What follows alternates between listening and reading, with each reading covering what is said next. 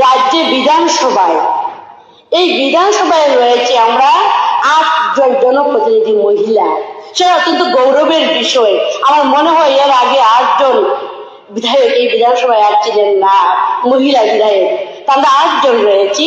আজকে জেলা পরিষদে আমাদের জেলা সভাপতিগণ রয়েছেন মহিলা, পঞ্চায়েত সমিতির চেয়ারপারসনগণ রয়েছেন মহিলা। পঞ্চায়েতের ক্ষেত্রে যদি বলি, আজকে আমার বিধানসভা যে নিজ সেবা কেন্দ্র সুরমা বিধানসভা, সেই বিধানসভায় একটি পঞ্চায়েত রয়েছে 13 জন মহিলা জনপ্রতিনিধিদের নিয়ে। এই 13 জন জনপ্রতিনিধি, প্রধান, উপপ্রধান, সদস্যরা যারা রয়েছেন সবাই মহিলা। 13 জন জনপ্রতিনিধি নিয়ে একটা মহিলা পঞ্চায়েত পরিচালনা করেন, সেটা আমার নিজ সেবা কেন্দ্র সুরমা বিধানসভায়। তো সেই রকম উদাহরণ যদি বলি, রাজ্যের মধ্যে আরো অনেক রয়েছেন। আমার পূর্ববর্তী সম্মানের সদস্য বলেছিলেন যে উনার জায়গাতেও মহিলা পরিচালিত অনেক শাসন ব্যবস্থা রয়েছে। রাজ্যের মাননীয় মুখ্যমন্ত্রী মহোদয় যে বিভিন্ন চাকরির ক্ষেত্রে 33% সংরক্ষণ করা হয়েছে, যদি বলি সেটা অনেক ক্ষেত্রে আজকে মহিলাদের সুযোগ পেয়ে যাচ্ছে।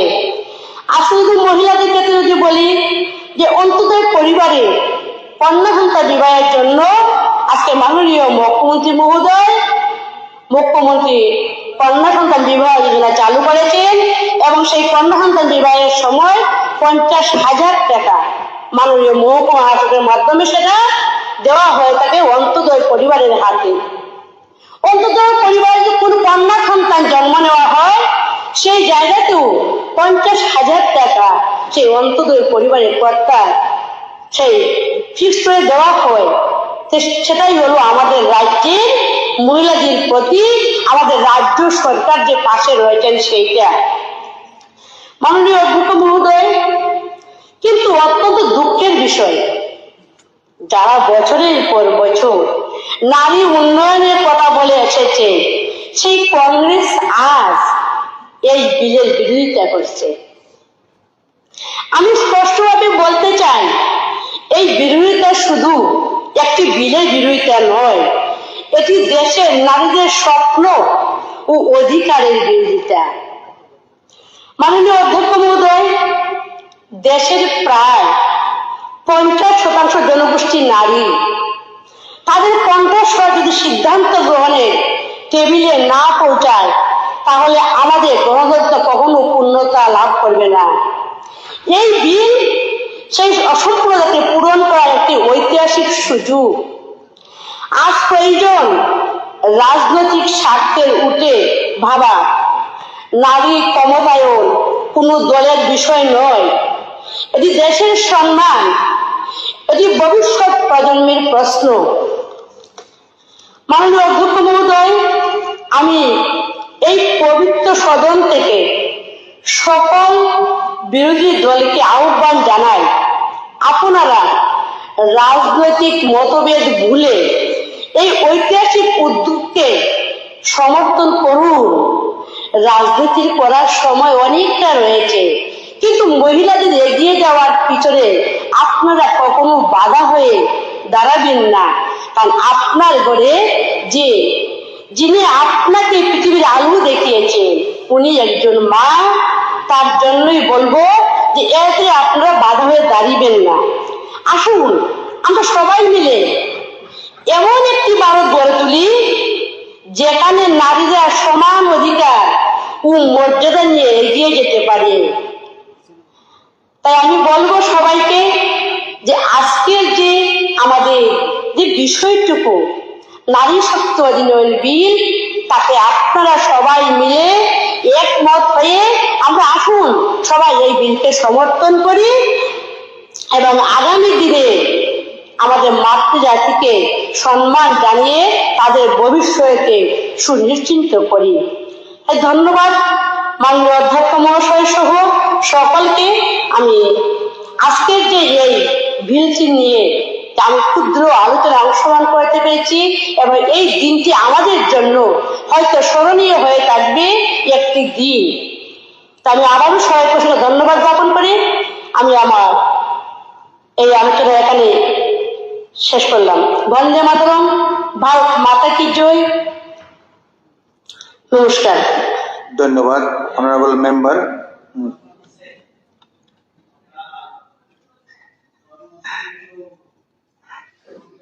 এখন ঠিক আছে, পরবর্তী আলোচনায় অংশগ্রহণ করবেন অনারেবল মেম্বার দীপঙ্কর সেনজি। মাননীয় স্পিকার স্যার, এখানে যে প্রস্তাব উত্থাপন করা হয়েছে সেটা কেন্দ্রীয় সরকার কর্তৃক উত্থাপিত যে বিল, সেই বিলটি প্রত্যাখ্যান হয়েছে পার্লামেন্টে এবং তারই পরিপ্রেক্ষিতে মনে হচ্ছে যে বিষয়টাকে এখানে উত্থাপন করা হয়েছে। যাই হোক, নারী সংরক্ষণ বিল, এই বিলের বিরোধিতা কেউ করতে পারে না। এই বিল 2023 সালেই সর্বসম্মতভাবে সমস্ত রাজনৈতিক দল এই 23 সালে এটা সিদ্ধান্ত গ্রহণ করেছে।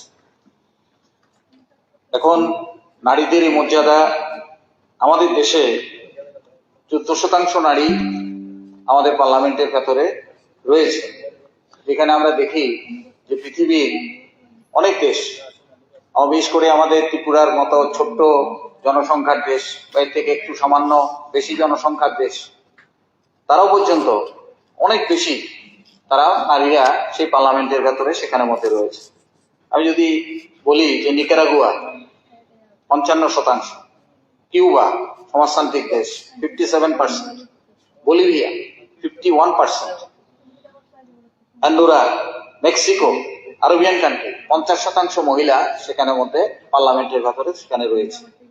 ইউরোপিয়ান, আফ্রিকান, লাতিন আমেরিকা 23টা দেশ যেখানে 40% মহিলা আছে, তারা পার্লামেন্টের ভেতরে সেখানে রয়েছে।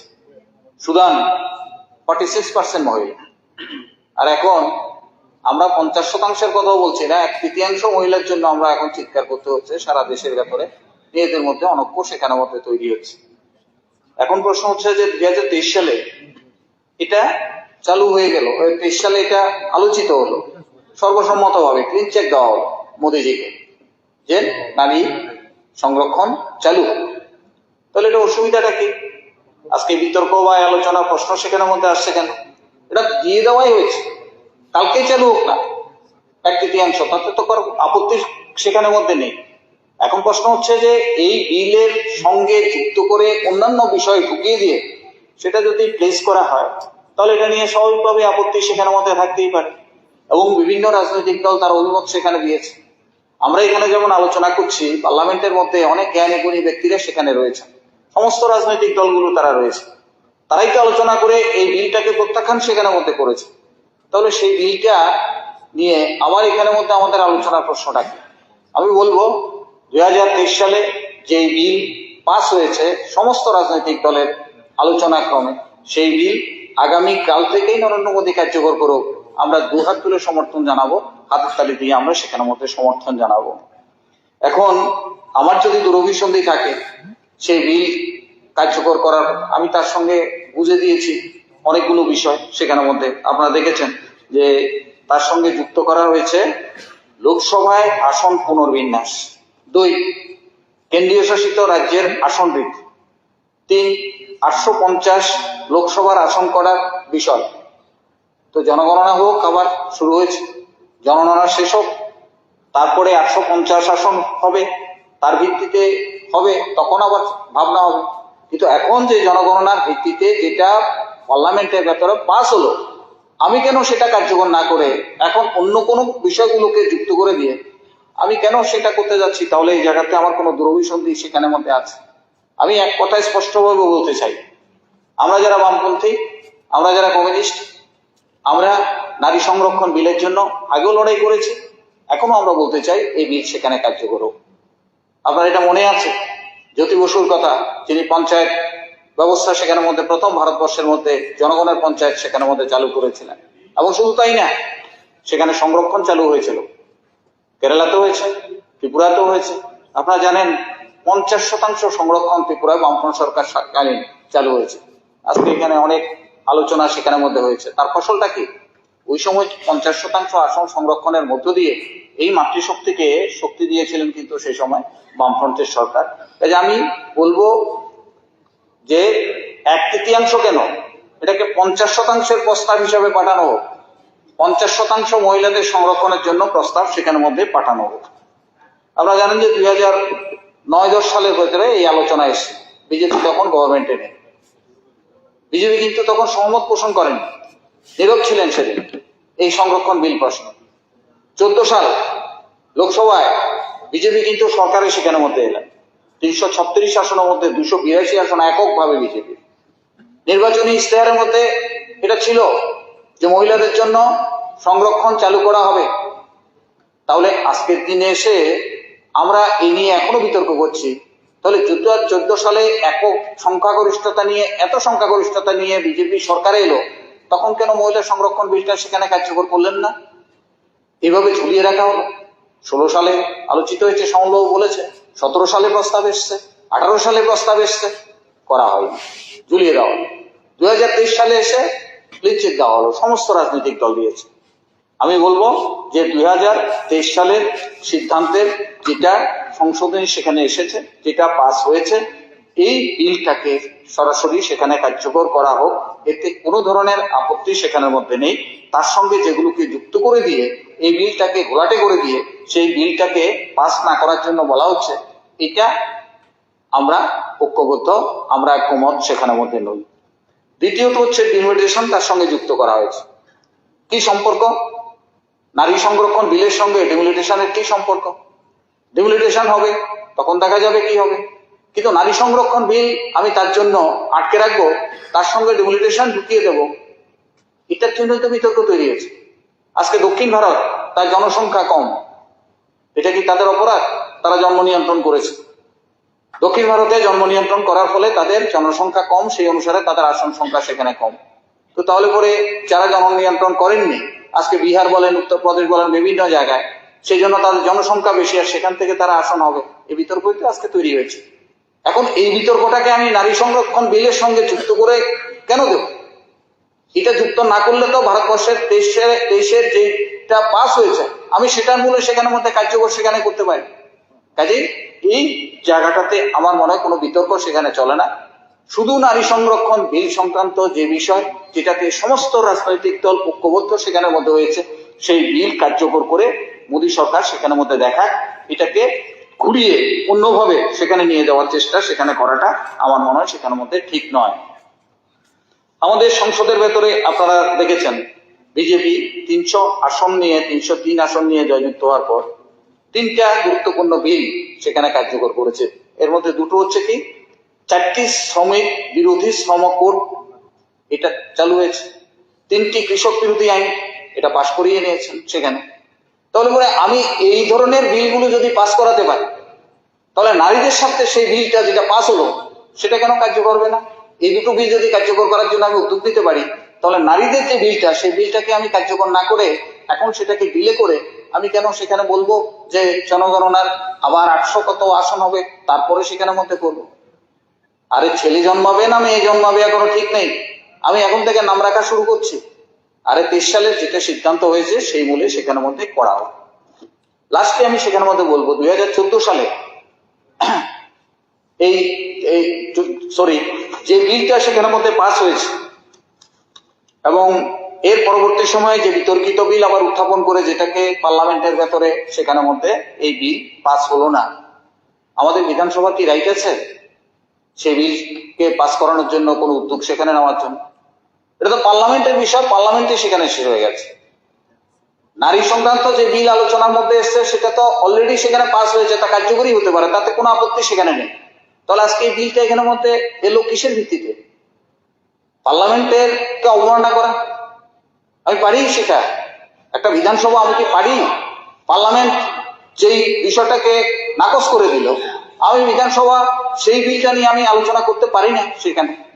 দুই হচ্ছে, একটা পার্লামেন্টের ভেতরে যখন সরকার পরাস্ত হয় তখন সেই সরকারের উচিত পার্লামেন্ট ভেঙে দিয়ে আবার জনগণের রায় সেখানের মধ্যে নেওয়া। এটাই সাধারণত হয় যে আমার সরকার, আমি দেশ চালাচ্ছি, অথচ আমি আমার বিল পাস করতে পারলাম না, তখন একটা সরকার নৈতিকভাবে পদত্যাগ করে নতুনভাবে জনগণের রায় সেখানে মধ্যে নেয়। এটাই হওয়া উচিত আমার মনে হয়। একটু আজকে পয়েন্ট অফ অর্ডার স্যার, এটাই প্লিজ হওয়া উচিত। প্লিজ প্লিজ প্লিজ একটা জিনিস মিসবিলিভ করবেন না, সাংবাদিকরাও আছে, মান্য মানুষও আছে। সংখ্যাগরিষ্ঠতা পেয়েছে কিন্তু 2/3 পায়নি। বিলের পক্ষে যেটা 26-এ করেছে, বিলের পক্ষে 290, 298, ওইদিকে 230 মেজরিটি ভোট দিয়েছে, কিন্তু 2/3 লাগে। সব বিলে 2/3 লাগে না, যখন সংবিধান সংশোধন হবে তখন 2/3 লাগবে। এই কথাটা মাথায় রেখে বক্তব্য আরম্ভ করুন। দীপঙ্কর জি সংক্ষিপ্ত করতে যাই হোক, সংক্ষিপ্তই আমার 2 লাইন। আমার কথা হচ্ছে, যেটা নারী সংরক্ষণ সংক্রান্ত বিলের সঙ্গে অন্য কোনো বিষয় ঢুকিয়ে দিয়ে জটিলতা তৈরি করে তাকে লেন্দি করার কোনো অর্থ হয় না। কাজেই যেটাকে এই ভাবে তোলা হয়েছে পার্লামেন্টের ভেতরে, সেটাকে তোলা না করে 23 সালে যে গ্রিন চেকটা দেওয়া হলো, তার ভিত্তিতে নরেন্দ্র মোদীজি এটা আগামীকাল থেকে চালু করতে পারেন, ইচ্ছা করলে পরে সেটা করুক। এবং সেটা 30% কেন, এটা 50% করুক। ত্রিপুরাতে 50% করে আমরা দেখিয়েছি, কাজে এটা 50% করে নরেন্দ্র স্যার, মোদী দেখা। আবার আমার জানাতে হলো স্যার, কেন মধ্যে নেই? এটাও point of order sir. Sir, উনি বলছেন 2023-এর যে বিলটা পাস হয়েছে, যে এটা ইচ্ছা করলে এখন চালু হতে পারে। আমি বলছি অ্যাবসলিউট নো। কারণ বলে দিয়েছে বিলে যে আগামীতে সেন্সাস হবে, সেই সেন্সাসের পরে কার্যকর হবে। কালকে থেকে কিভাবে আরম্ভ করবে? এই জন্য অ্যামেন্ডমেন্ট তাড়াতাড়ি করা। মিসগাইড করবেন না প্লিজ। ঠিক আছে, আমার বক্তব্য তো আমি এটা রাখলাম যে ঠিক আছে। জটিলতা তৈরি না করে, হ্যাঁ, হ্যাঁ। জটিলতা ঠিক আছে, তৈরি ঠিক না আছে। করে নারী সংরক্ষণ বিলের পক্ষে ভারতবর্ষের সমস্ত রাজনৈতিক দল ঐক্যবদ্ধ, ঠিক আছে, সমস্ত। বহুত বহুত ধন্যবাদ। এবং এই বিল হ্যাঁ, অন্য বিল তার সঙ্গে যুক্ত না করে তাকে কার্যকর করা হোক। ধন্যবাদ। এখন বিলটার উপর আলোচনা করবেন, মোশনের উপর আলোচনা করবেন, নারী শক্তি বন্ধন অধিনিয়মের মোশনের উপর আলোচনা করবেন অনারেবল মেম্বার বিনয় ভূষণ দাসজি।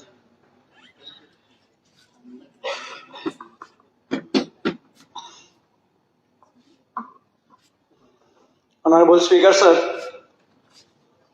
আমাদের honourable chief whip Shrimati Kalyani সাহারায় যে নোটিশ অফ মোশন আজ পবিত্র বিধানসভায় এনেছেন, এই প্রস্তাবকে সম্পূর্ণ সমর্থন জানিয়ে আমি আমার বক্তব্য পেশ করছি। অনেক আলোচনা হয়েছে এই ব্যাপারে, আমি বিশেষত আর আইনি প্রসঙ্গে যাচ্ছি না।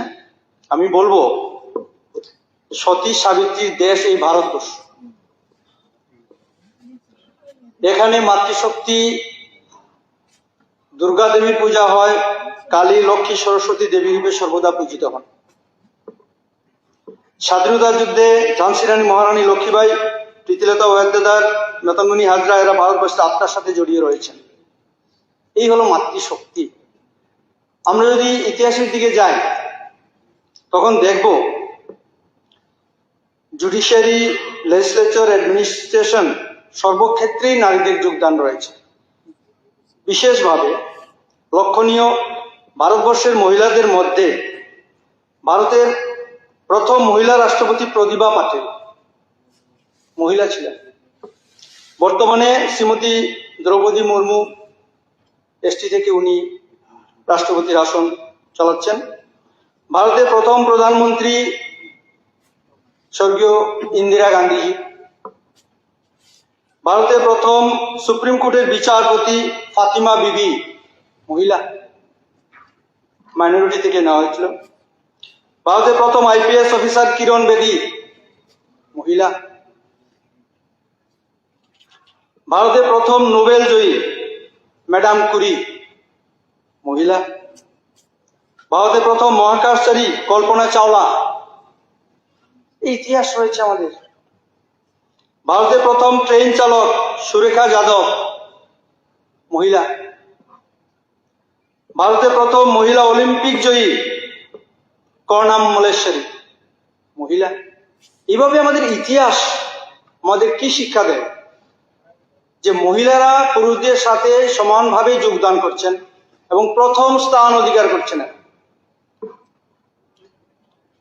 এই সর্বক্ষেত্রে যোগদান আজও অব্যাহত রয়েছে।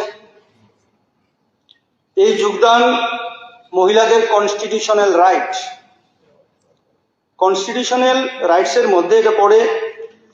একে আরো শক্তিশালী করার লক্ষ্যে আমাদের যশস্বী প্রধানমন্ত্রী সংবিধানের 131তম সংশোধনের মাধ্যমে লোকসভাতে নারী শক্তি বন্ধন অধিনিয়ম বিল এনেছিলেন।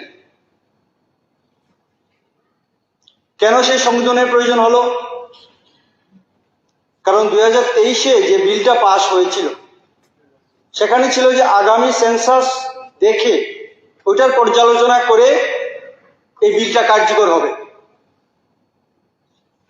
কিন্তু বিভিন্ন কারণে সেন্সাস দেরি হয়েছে। 2026 সালে সেন্সাস শুরু হয়েছে, এখন 8-10 বছর আরো লাগবে সেন্সাস কমপ্লিট হতে, তাহলে দেরি হয়ে যাবে। তাহলে কিভাবে কার্যকর হবে সেটা? বিরোধী দল থেকে আমাদের সবাই বলছেন এখন কার্যকর করুন, এখন কার্যকর করুন। কি করে হবে সেটা? এর জন্যই সংশোধন আনা হয়েছিল যে 2011 সালের সেন্সাস থেকে এটা শুরু করা হোক। তাহলে আপনারা বলছেন এখন চালু হোক, তাহলে অ্যামেন্ডমেন্ট মানছেন না কেন? কি বলবেন কিছু? 2011 সালের থেকে শুরু করার জন্য তো অ্যামেন্ডমেন্টটা এসেছে, আপনারা বলছেন এখন চালু হবে। অ্যামেন্ডমেন্ট ছাড়া কি করে চালু হবে সেটা?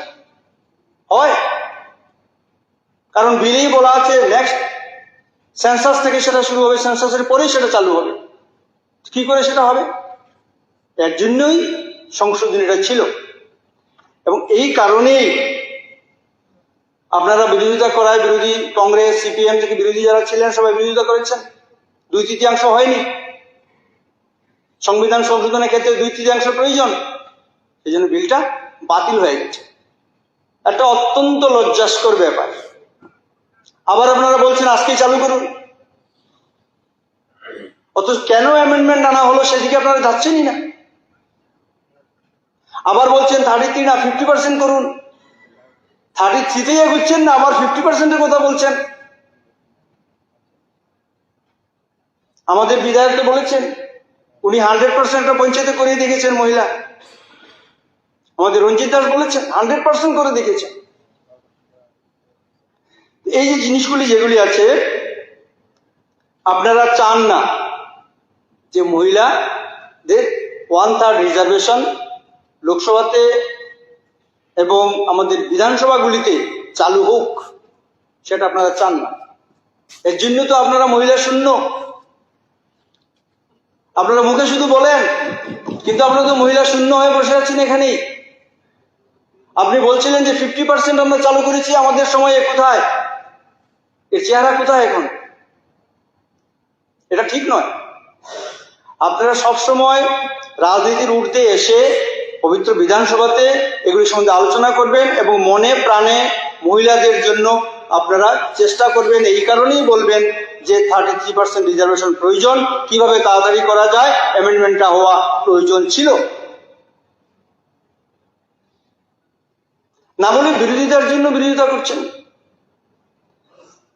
তাই আমি অনেক সময় ভাবি আমাদের বিরোধী দলের মানসিকতার কথা। আপনারা মুখে এক কথা বলবেন, মনে থাকবে অন্যরকম ভাবধারা, এটা কিন্তু হয় না। এখন বলুন তো, এই যে আলোচনা হলো, আপনাদের যে মহিলা সংগঠন রয়েছে নারী সমিতি কাছে আপনারা কি জবাব দেবেন? মহিলাদের প্রশ্নের উত্তরে আপনারা কি বলবেন? বলার কিছু আছে আপনাদের? আমার তো মনে হয় কিছুই বলার নাই আপনাদের। আপনারা ভাওতাবাজি দেবেন, এক পৃষ্ঠার উপরে ওইটা ওই পৃষ্ঠাতে মিথ্যা কথা বলবেন, বলে বলে বুঝ দেবেন সবাইকে। এটা কিন্তু হয় না। পবিত্র বিধানসভাতে এইসব চলে না। এবং সমাজেও বিধানসভাতে যা আমরা বলি, সমাজেও তার প্রতিক্রিয়া, তার বিক্রিয়া হতে হবে। এটাই আমরা চাই। তাই কবিগুরু রবীন্দ্রনাথ ঠাকুর বলেছিলেন, ওরে নবীন ওরে আমার কাঁচা, আদমরাদের ঘা মেরে তুই বাঁচা। মৃতপ্রায় হয়ে থাকার চেয়ে নবীন যারা এসেছে তাদের কাছ থেকে অনেক শিখু, অনেক কিছু বোঝার এবং আলোচনা করার ডিসকাশনের বিষয় রয়েছে।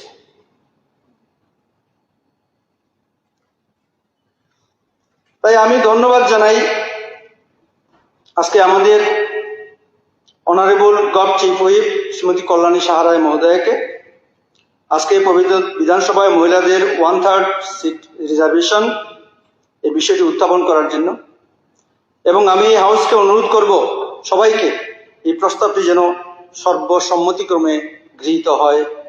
এই আশা আকাঙ্ক্ষা রেখে আমার বক্তব্য শেষ করছি। বন্দে মাতরম, জয় হিন্দ, নমস্কার সবাই। ধন্যবাদ অনারেবল মেম্বার বিনয় বাবুজি। এখন এই মোশনটির উপর আলোচনা করবেন অনারেবল মেম্বার সুধীর রায় বর্মনজি।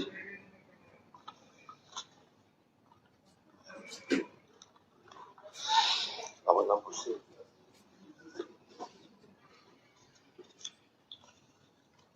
মাননীয় স্পিকার স্যার,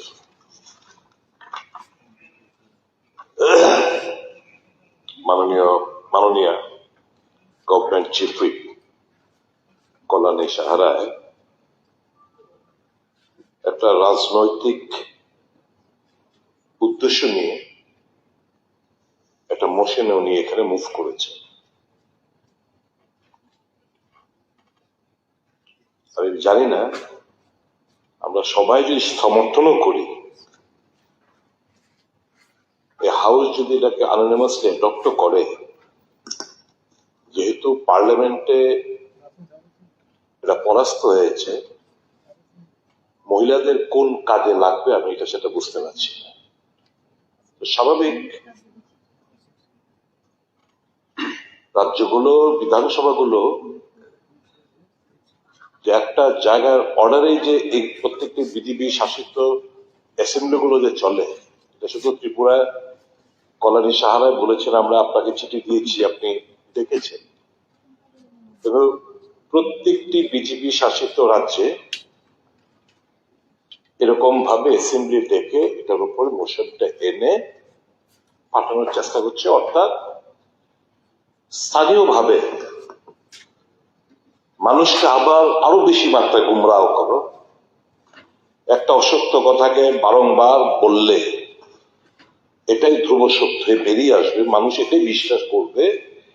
এই তত্ত্বে বিশ্বাস রেখেই এই মোশনটি এখানে আনা হয়েছে। বলা চলে গৈবীয় কথা, কারণ ইন্ডিপেন্ডেন্ট শুধু এখানে বললে লাভটা কি? আগে যেমন আমরা একটা কথা বললে, একটা ওপিনিয়ন দিলে, একটা মোশন মুভ করলে ন্যাশনাল মিডিয়া গুলো তারা তাদের ভিউ পয়েন্ট রাখতে, আজকে সেই জায়গায় ন্যাশনাল মিডিয়া গুলো নেই। ন্যাশনাল মিডিয়া স্বাভাবিকভাবে শাসককে তুষ্ট রাখার জন্য শাসক যে অসত্য বক্তব্যগুলো পেশ করছেন এটা হাইলাইটেড করেই মানুষকে বিভ্রান্ত করার একটা ফন্দি এখানে আনা হয়েছে, এবং এই মোশনটা সেই লক্ষ্যেই এখানে আনা হয়েছে। আমি দুঃখিত, কংগ্রেস যেটা শুরুয়াত করলো এই পার্লামেন্টে এবং বিধানসভায় 33% রিজার্ভেশনের হোতা, সবকিছু ইনিশিয়েটার, সবকিছু কংগ্রেস। আপনি পারমিশন দেবেন না, কিন্তু দেন যদি কংগ্রেস যখন এই আইন মুভ করেছিল বিজেপির নেতৃত্বের, আমি পারমিশন দেবেন কি স্যার? যোগী আদিত্যনাথের স্টেটমেন্ট সহ অন রেকর্ড কি কি বলেছেন আমি বাজিয়ে শোনাতে চাই। একটু পারমিশন দিন স্যার। না না, এটা সিস্টেম নেই, আপনি বক্তব্য রাখুন। কারণ তখনকার বিজেপি, যোগী আদিত্যনাথ, অরুণ জেটলিরা, সুষমা স্বরাজরা কি বলছিলেন যদি সুযোগ দিতেন আমি শুনে নিতে পারতাম। সরাসরি এই মহিলা রিজার্ভেশন বিল সম্পর্কে ঘোরতর আপত্তি দিয়েছেন। I can prove it in the floor of the house. আমি সে রাস্তায় যাব না, ভুল করতেই পারে, সংশোধনী হয়েছে, তারাও চাইছে, এবং সেই কারণেই অপোজিশন, শাসক সবাই মিলেই পার্লামেন্টের মধ্যে সেপ্টেম্বর 2023-এ এই 33% মহিলা রিজার্ভেশন বিল এটা আইনে পরিণত হয়, পাশ হয়। স্যার, দুঃখ লাগে, হাউ সিনসিয়ার দেয়ার। কবে? সেপ্টেম্বর 2023। এটা নোটিফিকেশন এলো কবে সরকারি ভাবে? 16 April 2026 official notification. Official notification যে সেপ্টেম্বর 2023-এ যে মহিলা বিল আমরা পাস করালাম, পাস হলো পার্লামেন্টে, সরকার চুক্তি মেরে বসে রয়েছে। এখন এই 131st অ্যামেন্ডমেন্ট বিল আনার দিন আগের দিন রাত্রিবেলা সেটা স্বাক্ষর করা হয়, অফিসিয়াল নোটিফিকেশন হিসেবে বের করা হয়। ইট স্পিক্স যে কতটা আন্তরিক ভারতীয় জনতা পার্টি এই বিল সম্পর্কে এবং তাদের মানসা কি এটা বুঝতে আমাদের অসুবিধা হয় না। হাওয়েভার পলিটিক্স করতে এসছে, পলিটিক্সই করবে। দুঃখ হয় মহিলাদের আঁচলে মুখ ঢেকে রাজনৈতিক শিকার করার লক্ষ্যে এই ডিলিমিটেশনটা একটা এখানে আনা হয়েছে। উদ্দেশ্যটা কি? কারণ আমরা জানেন উনি যে, বা একটু পেছনে না গেলে স্যার বুঝবেন না অনেক, হয়তো বা বুঝলেও আসলটা বলবেন না, জানেন না ঠিক তা না, জানেন। স্যার, লোকসভা তো এরকম ছিল না, আজকে 543। Lok Sabha started off with 489 seats. Delimitation census হলো, ডিলিমিটেশন হলো, সিট বেড়েছে 489 থেকে 494 হলো। আবার 10 বছর বাদে আবার সেন্সাস হয়েছে, আবার ডিলিমিটেশন হয়েছে, 513 হলো, আবার সেন্সাস হলো।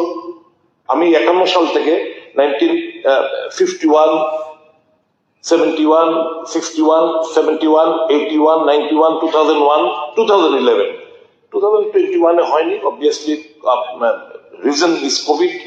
কিন্তু 22-23 কোনো কোভিড ছিল না, করতে পারত, সেটা করলো না। তাহলে এই 543 এমনিতে আসে।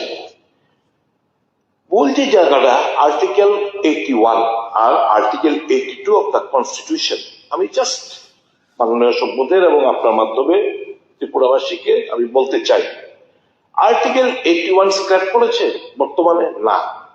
আর্টিকেল 81 কি বলে? কম্পোজিশন অফ লোকসভা, মূলত বিষয়বস্তু। It mandates population-based seat allocation and ensures uniform representation ratio within states. It was Article 81. Article 82 কি বলে?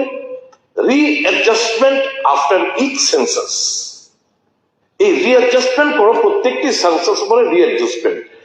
আর্টিকেল 81 এবং article 82 whether it has been repealed? No. তা রিপিল না করে আর্টিকেল সেন্ট্রাল গভর্নমেন্ট পার্লামেন্টে রিপিল না করে আমি এমন কোন আইন আনবো না যেটা এই আর্টিকেল গুলোকে হিট করবে, ক্রস করবে। মাননীয় অধ্যক্ষ মহাশয়, এই 1971 সেন্সাসের পরে 73 সালে যখন এটা 543 হলো, আসন সংখ্যাটা বেড়ে, তখন 42nd অ্যামেন্ডমেন্টের মাধ্যমে, সংবিধান অ্যামেন্ডমেন্টের মাধ্যমে এটাকে ফ্রিজ করে দেওয়া হয়েছে টিল 2001। এই 543 2001 হতে ফ্রিজ করে দেওয়া হয়েছে, কারণ 71 এর পরে 81 সেন্সাস হবে, আবার ইয়ে হবে। ওই পার্লামেন্টের সিট আসনগুলো একদম সিল করে রাখা হয়েছে, ফ্রোজেন। তারপর এটা ইন্দিরা গান্ধীর সময়। তারপর ইন দ্য ইয়ার 2002 আমাদের মাননীয় লেট প্রাইম মিনিস্টার শ্রদ্ধেয় অটল বিহারী বাজপেয়ী 84th অ্যামেন্ডমেন্ট 2002 সালে এটাকে বলছে যে এই আসন সংখ্যা যেটা ডিলিমিটেশন পার্লামেন্টের মধ্যে করা, পোস্টপোন বাই 25 years till 2026, 2026 সাল পর্যন্ত এটা পোস্টপোন করে দেওয়া হলো। কেন? উইথ দ্য সোল রিজন, তখন with the sole reason of population stabilisation, population বৃদ্ধি হচ্ছিল এবং you will be happy southern Indian states রাজ্যগুলো এই পপুলেশন কন্ট্রোলের দিকে মন দিয়ে তারা পপুলেশনে চেক করতে লাগলো। এখন যে জিনিসটা এখানে ওনারা আনতে চাইছেন, এতদিন কি হতো এই আর্টিকেল 8182, এখন কি করছে, এখন এই অ্যামেন্ডমেন্টের মাধ্যমে সবটা পার্লামেন্ট সবকিছু ডিটারমিনেশন করবে, ডিলিমিটেশন কখন হবে, কখন সেন্সাস দিয়ে কাজ হবে, কোন সেন্সাসটা দিয়ে কাজ করতে হবে পার্লামেন্ট ঠিক করবে,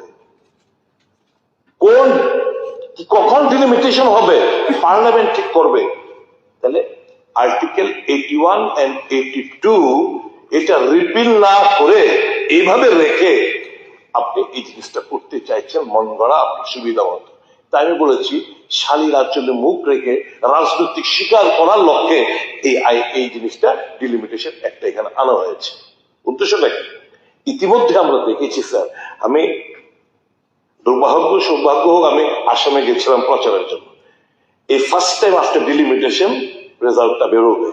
স্যার ডিলিমিটেশন হয় মোজাকে ব্রেক করা যাবে না, তারপরে ন্যাচারাল বাউন্ডারিজ, পাহাড়, নল, নদী, এই সমস্ত মাধ্যমে তো ডিলিমিটেশন হয়। And when the last delimitation took place, I was an associate member from my party to this delimitation commission. এটা সম্পর্কে আমার কিছু কনসেপশন রয়েছে। স্যার আসামে গিয়ে দেখলাম স্যার কোন রকম বেরিয়ান নেই, কোন রকম আইন যে মানা হয়নি, শুধু রাজনৈতিক সুবিধা লোটার জন্য, মানে যেখানে যা পপুলেশন গ্যাপ যে কন্টিনিউটি নেই, তার কন্টিনিউটি নেই এলাকা, কোন ওই নদীর ওই পাড়ে আরেকটা টোটো, মানে ওখানে বেশি ভোট এটাকে এখানে মধ্যে মার্চ করে দিলে আমার এই অ্যাসেম্বলি কনস্টিটিউশন সেফ হয়ে যাচ্ছে। এরকম করে করে এখানে হয়েছে, সেম হয়েছে জম্মু এন্ড কাশ্মীরে, এই দুটো state. We have seen the Indian government কতটা শুধু পলিটিক্যালি মোটিভেটেড এই কাজগুলো করতে, সংবিধানকে ধজ্জিয়ে উড়াকে এই জিনিসগুলো করতে আমরা দেখেছি। বলছি আমি সেটা বলবো না কেন, আই নো এভরিথিং। তো মাননীয় অধ্যক্ষ মহোদয়, এটা অত্যন্ত চিন্তার ব্যাপার যে মহিলা আরক্ষণের কথা বলে আমার অন্য কিছু স্বার্থ চরিতার্থ করার লক্ষ্যে নিয়ে মহিলাদেরকে অন্যান্য রাজনৈতিক দলগুলোর বিরুদ্ধে খেপিয়ে তোলার একটা অভিপ্রায় মাত্র, আর কিছুই না। আচ্ছা এখানে যখন এই কথাগুলো বলা হলো সাদার্ন স্টেটস কত নুকসান, ভারী নুকসান হোগা, বিলটা আপনারা দেখেছেন, আপনি স্পিকার, আপনি তো দেখবেনই। আমার ত্রিপুরার সিট বাড়ছেনি, লোকসভা 0, একটা সিটও বাড়েনি। You can take it. 2011 সেন্সাসে একটা সিটও বাড়ে না। ওয়েট, এইবার রাইট, এবার অমিত শাহজি যখন বিরোধীরা চেপে ধরলো যে सदर्न स्टेट, छोटा स्टेट, नॉर्थ ईस्टर्न स्टेट्स बहुत नुकसान हो गए इन लोगों का, तो अमित शाह की একটা তথ্য বের করে নিয়ে আনলো, nowhere it is encrypted, লিখিত নয়, বিলের মধ্যে কোথাও নেই। তখন উনি বললেন 50% करके हम सभी जगह पे बढ़ाएंगे। मान लो कि उत्तर प्रदेश में 80 है, उसका 50% मतलब 40, 80 + 40 120, এরকম করে করে প্রত্যেকটি স্টেটে বাড়াবেন উনি বললেন। जखन विरोधीरा बोलो भाई साहब इस पे कहा कौन सा ये जो आपने बिल लाया है कहाँ पे लिखा है बताइए तो हाउ कैन वी ट्रस्ट যে বিলের মধ্যে এই জিনিসগুলো উল্লেখ থাকবে না সিম্পলি এস পার্লামেন্টের মধ্যে দাঁড়িয়ে উনার বক্তব্যের প্রেক্ষিতে এটাকে সমর্থন করবো আমরা আরে বলেন কি এই যে এনেছেন এই জিনিসটা যে এনেছেন তাহলে তো যা তোমার 2011 সেন্সাস আপনারা বলছেন এখানে 2011 সেন্সাস আজকে যেটা আনলেন 2011 সেন্সাস তো 2011 সেন্সাসের তালিকায় তো আমরা দেখলাম আমি যখন আপনি এখানে বিল এনেছেন তো I am concern for my state I am concern যে আমার সিট আমার পপুলেশন বেড়েছে আমার একটা এসটি সিট রিজার্ভ হবে একটা এসসি রিজার্ভ হবে একটা ওবিসির জন্য রিজার্ভ আমি তো চাইবো আমাদের সিট আরো বেশি করে বাড়ুক এ রাজ্যে তো কোথায় বাড়লো আমাদের রাজ্যে হ্যাঁ ও তাহলে এটা কে করবে এটা শুনুন একটা জিনিস সচল বাবু I mean, you are a veteran politician. You are a wise man, you know. But just to suppress my voice and seek the attention, divert the attention of the media and the people of the state, please don't resort to this sort of politics. আমার একটা আপনি এতটুকু বলুন আপনি আমাকে you are very smart enough to divert the attention. The photo নষ্ট হয়ে যায় you are mahir in that. I must appreciate it. 15 minute over অধ্যক্ষ মহোদয় এই যে উনি যে বললেন 2011 সেন্সাসের কথা the small states the southern states will be the greatest losers সবচেয়ে বড় ক্ষতির সম্মুখীন আমাদের হতে হবে সাদার্ন স্টেটের হতে হবে আছে যেটা নর্থ ইস্ট আমরা পাবো আপনি আমার এই বিলে কোন জায়গায় আমরা নর্থ ইস্টার্ন হলে বেনিফিট পাবো আপনি আমাকে দেখিয়ে দিন স্পিকারের মাধ্যমে I go down most respectfully আপনার কথা আমি স্বীকার করে আপনারা দেখলেন না রিজার্ভেশন আমাদের যেমন এসটি সিট আমাদের বেড়েছে পপুলেশন না থাকা সত্ত্বেও বেড়ে গেছে এটা সিস্টেম ইচ্ছা করলে central government can do the না এটা পারবে না ওটা হয়েছিল পিস অ্যাকর্ডের মাধ্যমে 17 থেকে 20 করা হয়েছিল কনস্টিটিউশন সংবিধান সংশোধন করে কিন্তু so limitation of this constitution concern that also আপনারা কেড়ে নিতে চাইছেন ডিলিমিটেশন কমিশনের পাওয়ারটা কেড়ে নিতে চাইছেন सेंसस 815 प्लस 35 850 किस आधार पे आपने बोला है अगर 2011 का सेंसस लोगे इसका मतलब है पॉपुलेशन बेस तो आपने पॉपुलेशन अभी तय नहीं हुआ अभी कैसा 850 815 प्लस 35 यूनियन टेरिटरी टोटल 856 आपने कहां से ये तय किया बताइए কিভাবে तय করলেন এটা তার মানে this is the work to be done by the delimitation commission comprised of delimitation chairman retired supreme court judge আপনার chief election commissioner কিংবা কোন একজন কমিশনার এটি 3 মেম্বার বডি একটা কনস্টিটিউয়েন্ট delimitation কমিশন তারপর প্রত্যেক স্টেটে প্রত্যেক পলিটিক্যাল পার্টি থেকে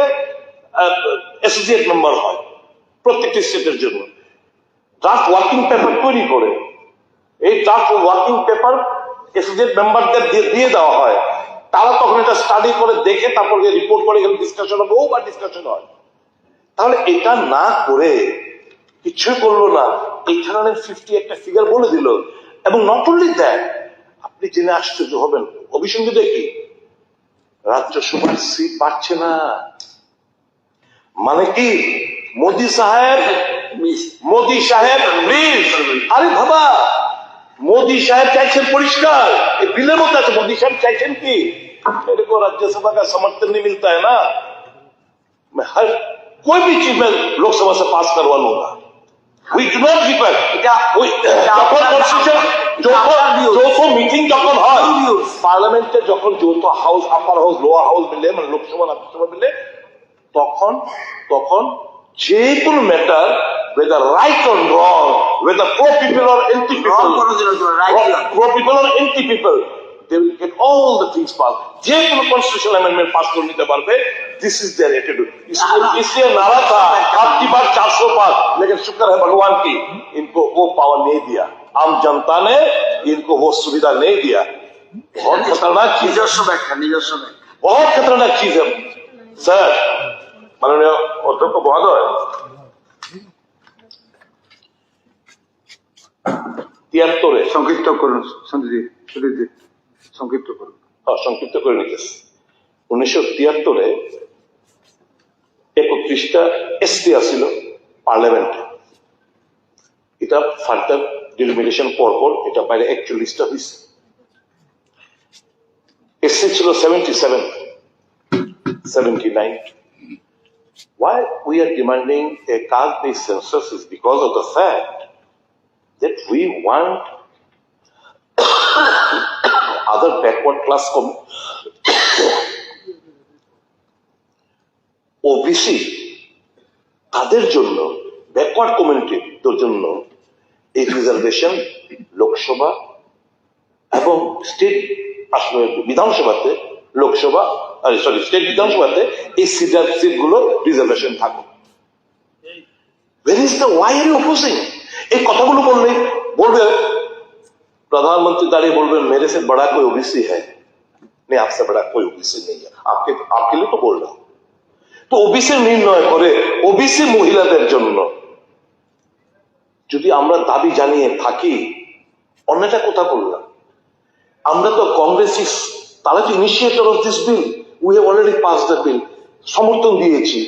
2023 সেপ্টেম্বর মাসে বিল পাস হয়েছে, কিন্তু কথায় কথায় পার্লামেন্টে নারাবাজি, কুশপুতল হয়ে গেলকার মহিলা মোর্চা কংগ্রেস ভবনের সামনে গিয়ে রাহুল গান্ধীর কুশপুতল পোড়ানো হলো। अरे भाई क्यों ये झूठ का सहारा ले रहे हो? कांग्रेस तो initiator, Congress supported this bill, vote দিয়েছে বিলের পক্ষে। তাহলে এই ডিলিমিটেশন কথা না উল্লেখ করে আরো যে তিনটে যে উদ্দেশ্য আনা হয়েছে এইটা না করে আপনারা বলছেন যে উমেন্স বিল কংগ্রেস বিরোধিতা করছে, বিরোধী দল বিরোধিতা করছে। কেন ये অসত্যের সহায়তা কেন? আমি ঝুট কা সাহারা मैं नहीं बोलूंगा, অসত্যর সাহারা কেন এই জিনিসগুলো নিয়ে মানুষকে বিভ্রান্ত করার চেষ্টা করছেন বলুন না। আপনারা জানেন ঘটনাটা কি, সবটাই জানেন, কিন্তু এমন ভাবে রেজুলেশন আনা হলো, টিভির ব্রেকিং আমি দেখলাম খেতে খেতে, মহিলা সংরক্ষণ বিল বিরোধিতা করলেন অমুক বিরোধীরা। अरे वहां कहां है भाई, हमने क्या है? महिला संरक्षण बिल तो पास है, ये पास हो चुका है, अभी अमेंडमेंट कुछ लाए हो, अभी उसमें कुछ अमेंडमेंट लाए हो, उस अमेंडमेंट का विरोधिता हम लोग कर रहे हैं। क्योंकि এখন যদি চতুর্থ স্তম্ভ যদি আপনাদের কথা বুঝে না, এটা আমরা কি করব? তারা বুঝে, তারা তো আমাদের থেকে বেশি বুদ্ধিজীবী, তারা তো বুদ্ধিজীবী বেশি, তারা তো আপনাদের এই কথা, কারণ ওইখানে তো ওয়েস্ট বেঙ্গলে এবার সব গিরু খুলবো, এটা আছিল জিরু, এটা বোধ হয় খুলতে পারে, আর তার একটা মনে হয় না, তো এটা তো কাজে এই যে আজকে যেখানে সেশন ডাকা হইল, কে যেন বলছিল কত টাকা টুকার কথা। আচ্ছা বা বলুন 850 হইলে, জাস্ট ওয়াইজ ম্যান, 850 হইল 15% মন্ত্রিসভায় হইতে হইব। যারাই সরকারে দখল করব তাদের 15% মন্ত্রিসভা এক্সপেন্ডিচার কার, ট্যাক্স পেপার, জনসাধারণের ট্যাক্স পেয়ার, স্যালারি, পেনশন সবকিছু। বলুন না, তাই বলছিলেন, কে যেন বলছিলেন, গোপালবাবু বলছিলেন বোধহয়, যে সত্যিকার ইচ্ছা থাকলে আপনি আনুন না, যে আমাদের 2029 में हमको चाहिए रिजर्वेशन, मतलब ये इम्प्लीमेंट होना है, এর জন্য প্রয়োজনীয় সংবিধান সংশোধন কি জানতেন, আনুন কংগ্রেসের সাপোর্ট। আমার কথা হচ্ছে 2029 আপনারা এখন বলার চেষ্টা করছেন ডিলিমিটেশন চাইছে, আর এটা তো 26 অব্দি ফ্রিজ 82nd অ্যামেন্ডমেন্টের মাধ্যমে, এটা 82nd অ্যামেন্ডমেন্টের মাধ্যমে করা আছে, এবং বলছে এই সেন্সাসের পর তোমরা ডিলিমিট করবে তো। এখন না রাখুন আপনি লেট ইট কন্টিনিউ, এটা একটা কন্টিনিউ। এখন मोदी साहब पार्लियामेंट के आनुक, अभी जो हमने महिला संरक्षण बिल पास किया है, अभी 29 में कैसे इसको लागू किया जाए वो बिल लेके आइए, हम ऑपोजिशन पूरा पूरा समर्थन करेंगे। लेकिन इसको आपने खुद डिले डिलिंग का प्रोसेस रखा है, क्योंकि 29 में आप लोग नहीं चाहते हो।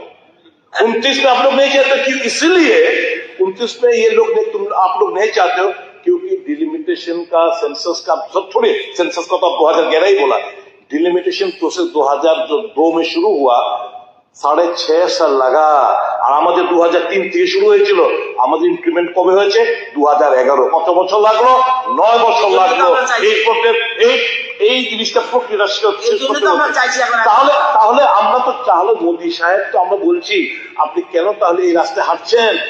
আমরা চাই 2023 কাंग्रेस তখনই বলেছিল 24 में होगा कि नहीं, 24 में लागू के लिए 2023 যখন 5 সেপ্টেম্বর পাস করলো, কাंग्रेस বলছিল 24 লাগু করুন, বললেন সম্ভব নেই। এখন জানেন তো এই যে বিলটা আনলেন, just go through that bill, objection reason, ঠিক আছে, হিউজ কনসিডারেবল টাইম, মানে আগেই বলে দিচ্ছে প্রচুর সময় লাগবে, কাজে 29 का कोई सवाल नहीं है, 29 का कोई सवाल ही नहीं है।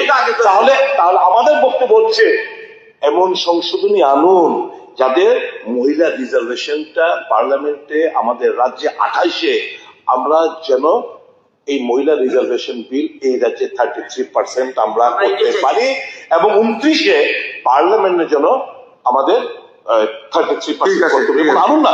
We opposition 100% will guarantee and will support you. Why এই জিনিসগুলো কি আছে আছে করলেন, আমরা সমর্থন করলো সবাই, কি তৈরি বলে দিয়া এটা কি হইব? ঠিক আছে, আবার পার্লামেন্টে না না না না আসিব রিইন্ট্রোডিউস। এই জন্য তো আপনাদের যেন চিন্তাধারা যেটা আছে এটা যেন একটু শুদ্ধ ভাবে যেন আসে, আপনাদের গড় যেন আপনাদেরকে একটু গড় যত আপনাদের একটু সুবুদ্ধি আপনাদের যাতে আসে, সুবুদ্ধি আছে বলে আপনারা এই বিলে আমরা রাস্তা দেখাচ্ছি আপনাদের। উই ওয়ান্ট 29 ইমপ্লিমেন্ট করুন, উই পার্লামেন্টে উই ওয়ান্ট 28 ইমপ্লিমেন্ট করুন। এখন মোদী সাহেব করবে নেই মেরা ইয়ার খাস দোস্ত ये लोग मेरा चला এরা সব পড়ে যাবে, তাকে সিট বাড়াও, সিট বাড়া কে করো, हमको कोई आपत्ति नहीं। আর আমরা বলছি, কংগ্রেস বলছে এক্সিস্টিং 7-এর মধ্যে করুন 33%, উই সাপোর্ট। এক্সিস্টিং 543 এর মধ্যে করুন, উই সাপোর্ট। কেন স্পেস দিতে চান না মহিলাদের? মহিলাদের মায়া কান্না ছাড়ুন, সত্যটা ফেস করুন, স্বীকার করুন, এবং মানুষের দৃষ্টি অন্যত্র ঘোরানোর চেষ্টা করবেন না। ঠিক আছে, ঠিক আছে। মানুষের দৃষ্টি সত্য বক্তব্য রেখে দৃষ্টি আকর্ষণ করাবেন। আমি শেষ করছি, কমপ্লিট করছি। মাননীয় এখানে অনেকজন বলেছেন, অনেকজন বলেছে, আমি কারো মনে আঘাত দিতে চাই না, কিন্তু ইলেকশন কমিশনের যে এফিডেভিট যে দাখিল করেছে 25 মিনিট এমপি আর এমএলএ 44 জন বর্তমানে বিজেপির যারা যৌন অপরাধের সঙ্গে জড়িত, গোয়া বিজেপি কাউন্সিলর ছেলে নাবালিকার মেয়ে যৌন নির্যাতন করেছে, মহিলা সুদীপ জি ভান্ডারী, অঙ্কিতা ভান্ডারী,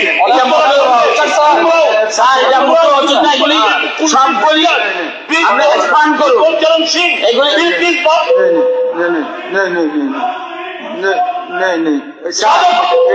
সাথে করবেন না, লাগাবেন না, এগুলো যা বলা হয় শুরুতে বলেছেন সংবিধান বিষয় নিয়ে একটা গুরুত্বপূর্ণ বিষয় নিয়ে আলোচনা করবো, এটাকে কোনো মতে লাইট করা উচিত না। না এটা নেই এটা না, বিষয়ের উপর রাখবেন, বিষয়ের উপরে না, শুনুন জি, বিষয়ের উপর রাখবেন, বিষয়ের উপর রাখবেন, বিষয়ের উপর না, বিষয়ের উপর রাখবেন, বিষয়ের উপর রাখবেন,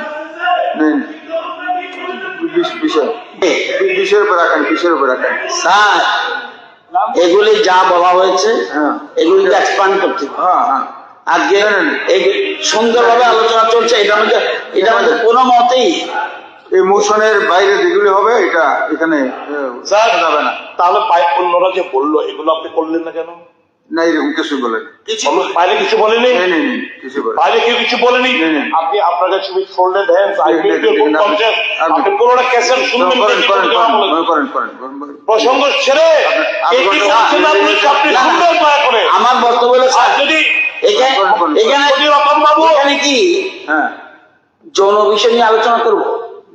না আপনি শুধু একটা শব্দ শুনে লাফতে উঠেছেন। না আমার আমার বক্তব্য হচ্ছে এগুলি না। আমি আমার না, বক্তব্য এটা- হচ্ছে এটা মোটেই এখানে উচিত না, না। নেকি কান্না করছে এগুলি আসল তাদের এটা- জানা দরকার নেই নেই আপনাদের কি ভাবাইয়া মহিলাদের প্রতি এই জিনিস তার জন্য স্যার পার্লামেন্টের বিরুদ্ধে বলুক, সেন্ট্রাল গভর্নমেন্ট আরে- ইস্যুতে বলুক, politically attack করুক। ওই জেফ্রি অ্যাপস্টিনের কথা বললে মাইক বন্ধ করে দেবেন, আওয়াজ বন্ধ করে দেবেন, এগুলো তো হবে না, শুনতে হবে। আপনাদের ভাবাইয়া কার নাম আপনি কি আমাকে শুননা পড়েগা क्यों नहीं सुन रहे आप लोग? टाइम ओवर ठीक नहीं करो आप माननीय स्पीकर सर नहीं, नहीं। you are- आधा আপনি কেন घंटा- তো ना, आधा আপনি घंटा কারো हो অন্য गया। কারো অঙ্গুল হিরোনে আপনি দায় দেবেন না। नहीं आधा घंटा আমি এমন পুলিশ হাত ইউজ করিনি জান পার্লামেন্টে দিবেন যৌন ইজ নট এন আবার বলা লোক আছে আবার বলা লোক আছে হ্যাঁ। ঠিক আছে sir thank you very much for giving me that time. আর আমি you are a wise man, আপনার এই চেয়ারে বসে আপনার মন যাতে যেন না ঘটে সেটা সুনিশ্চিত করবেন। কার অঙ্গুলের হেরনে नहीं চেয়ার যেন না প্রশ্নই ওঠে না। আপনি মোশনের উপর রাখুন, এটা অন্যভাবে ডাইভার্ট করবেন না, Next. করবেন না। পরবর্তী আলোচনায় রাখবেন অনারেবল মেম্বার স্বপ্না দেববর্মাজি।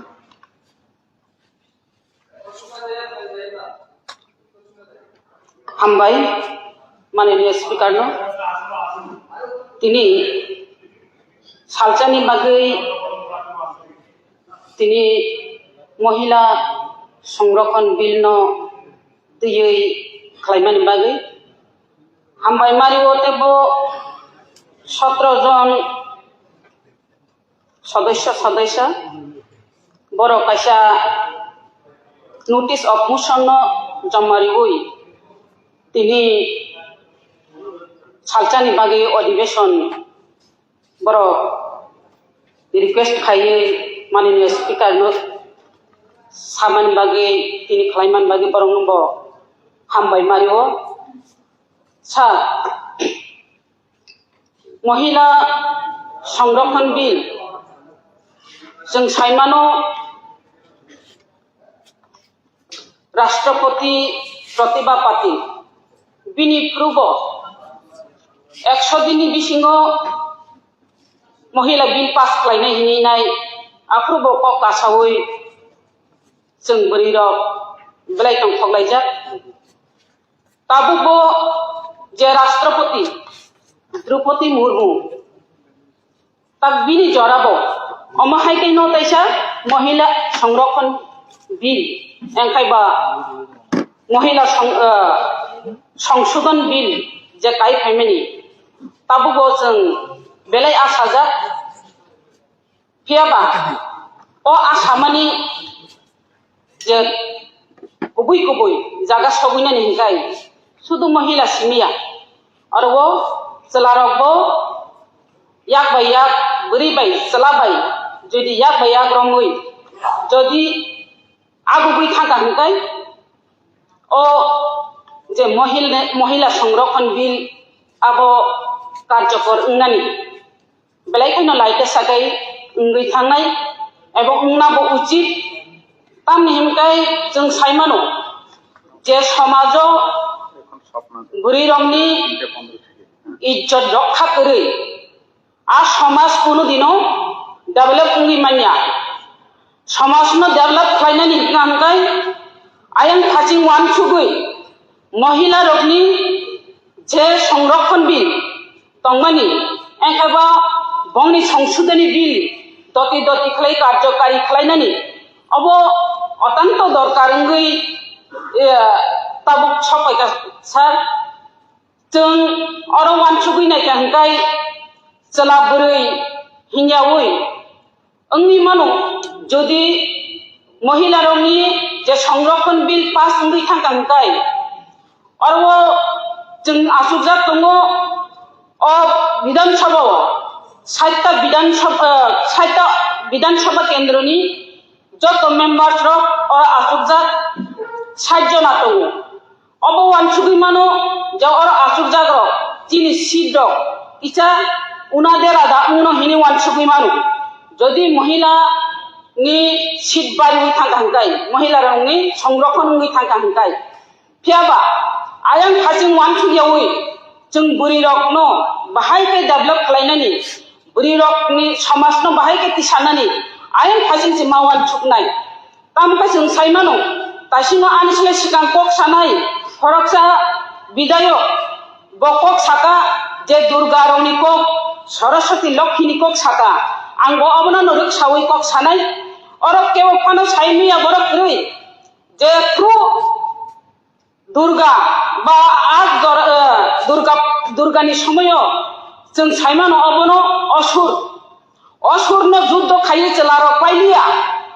আবো ইতিহাসনো দङ বুড়িবান্য অসুর বটনাই হিনিনাই আ জরাও যদি বুড়িনো পাথগৈ যদি অসুরনো বট খাইমান হংগাंगाय স্যার তাবুবো আব সময়নি ন ওয়ানসগৈ যদি আও বুড়িনো অসুরনো বট খাইনাই আপ্রো জয় খাইকা আপ্রো বানচিরিখা হিনিস যদি ওয়ানসুকাंगांगाय तांगी बुरी रंगनि ओ महिला संरक्षण बिल न पास खाइमिया तंगनाय चलारा कान वान सुकमाया तंगनाय आव जतनि नंगनो बुरी तंगो आर जतनि केंद्र विधानसभा केंद्र न बुरीनि बुतार तंगो आयन खासिं वान सुकिबो जदि अबनो वान सुकि जदि सर्वसम्मति क्रमे बिल पास खाइनायनि अवश्य दरकार जदि अरो जों साइमान मेजरिटी मास बि ग्रेन्टेड हाइबान अरो मेजरिटी मास बि ग्रेन्टेड न वान सुकिया ओइ सर्वसम्मति क्रमे से बिल पास खालायनायनि नांनाय आ फाजिनो जदि वान सुकि खालायगांगाय बुरि रंगनि पक्षे बेलायनो गाहामनाय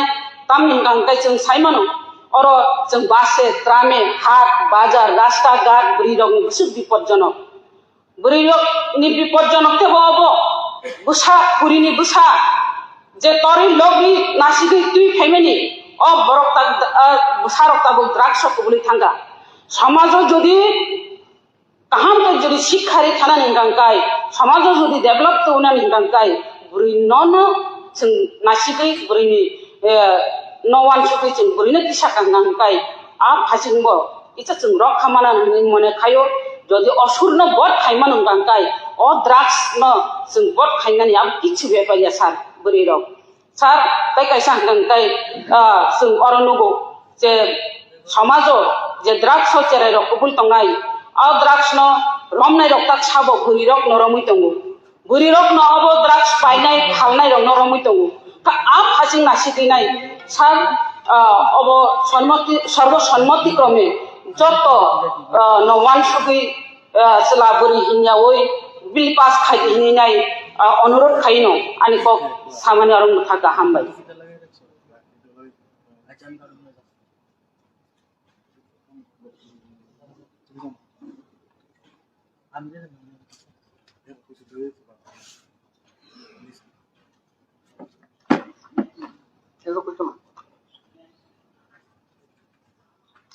এখন এই বিষয়ে বলবেন মাননীয় সদস্যা স্বপ্না মজুমদার মহোদয়া।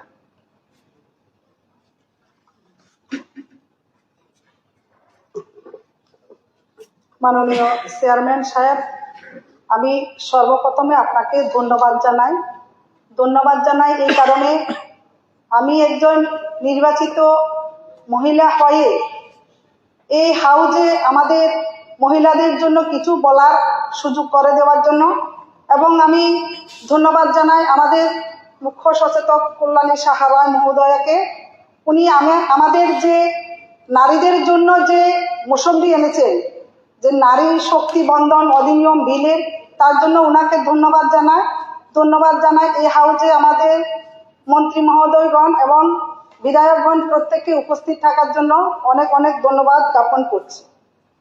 আমরা দেখেছি 2026 সালে 16-17 তারিখে আমাদের যে নারী শক্তি বন্ধন অধিনিয়ম যে বিলটি আমাদের লোকসভায় এসেছিল, সেখানে সেটার বিরোধিতা করা হয়। তো আমি জানি না কেন বিরোধিতা করা হয়। আমি বলবো এটা আমাদের নারীদের একটা অধিকার। এই আইনটি যদি আমাদের জন্য হতো তাহলে খুবই ভালো হতো। এই আইনটি দেশের নীতি নির্ধারণে আমাদের মহিলাদের সক্রিয় অংশগ্রহণ করা নিশ্চিত করে তুলবে বলে আমি আশা করি, এবং এটি নারীদের ক্ষমতায়ন এবং গণতন্ত্রকে আরো অন্তর্ভুক্তিমূলক করার জন্য একটি বড় পদক্ষেপ। এটি ভারতের নারী শক্তিদের ঐক্যবদ্ধ শক্তিকে আরো শক্তিশালী গড়ে তুলবে বলে আমরা আশা করি। কিন্তু দেখা গেছে কিছু রাজনৈতিক দল যারা বিরোধী, ওনারা এই যে আমাদের আসন সংরক্ষিত যে 33% সেটার বিরোধিতা করেছেন। তো আমি এইটুকুই বলবো, ওনারা হয়তো জানেন না আমাদের নারীরা এই দেশের জন্য কি করেছে। যেটা আমাদের বিধায়ক বলেছে যে আমরা দেশের স্বাধীনতার সময় থেকে এখন পর্যন্ত আমাদের নারীদের কি ভূমিকা, সেটা হয়তো তারা ভালো করে জানেন না। আমি বলবো এটা আমাদের একটা লজ্জাস্কর। আজকে আমরা এই হাউসে দেখতে পেরেছি, আমরা যারা নারী, আমরা কারো মা, কারো বোন, কারো কন্যা, কারো স্ত্রী, কিন্তু কিছু নিয়ে নয়, আমাদের নারীদেরকে নিয়ে যে লোকসভা বিধানসভা প্রত্যেকটা জায়গাতে টানা হিস্ট্রা টানাটানি করছে, সেটা আমি মনে করি আমাদের নারীদের একটা ভীষণ লজ্জা। এর চেয়ে মনে হয় আর কোনো কিছু আমার মনে হয় না।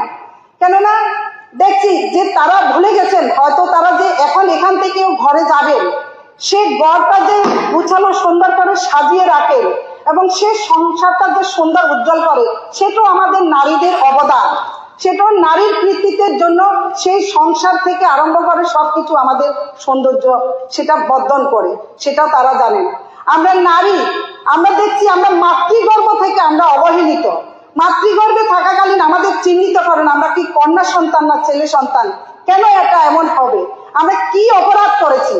আমরা কেন আমাদের সুরক্ষিত হব না? আমরা শুধু আমাদের জন্ম কি শুধু সংসার এবং ঘর সুন্দর করে রাখার জন্য নয়। আমরা মনে করি আমাদের জন্ম হয়েছে আমাদের যেমন ঘর সংসার, আমাদের সন্তান জন্ম দেওয়া, সন্তানকে সুশিক্ষিত করা, পরিবারকে সুরক্ষা করা, পাশাপাশি আমাদের যে পঞ্চায়েত, রাজ্য, রাষ্ট্র, প্রত্যেকটা জনগণের সেবা করা আমাদের দায়িত্ব, আমরা সেটা মনে করি। কিন্তু দেখছি এখানে কিছু কিছু লোক বা কিছু কিছু যে আমাদের বিরোধী দল, ওনারা কিন্তু সেটা একেবারে সহ্য করছেন না। সেটা আমরা বলতে পারছি না আমরা নারীরা কি অপরাধ করে এসেছি তাদের কাছে। তো আমি এটাই বলবো, আমরা যদি দেখি পেছনের দিকে গিয়ে যদি দেখি, আমাদের ভারতবর্ষের প্রয়াত ইন্দিরা গান্ধী যে সময়ে আমাদের প্রধানমন্ত্রী ছিলেন, উনি একজন রাজনৈতিক পরিবার থেকে এসেছেন। আমার মতে উনার বাবা প্রধানমন্ত্রী ছিলেন। ওই সময় যদি আমাদের নারীদের জন্য কিছু বলতেন, মনে হয় আজ আমাদের এই নারীদেরকে নিয়ে এখানে বিধানসভাতে, লোকসভাতে এত টানা হেঁচড়া কিছুই ছিল না।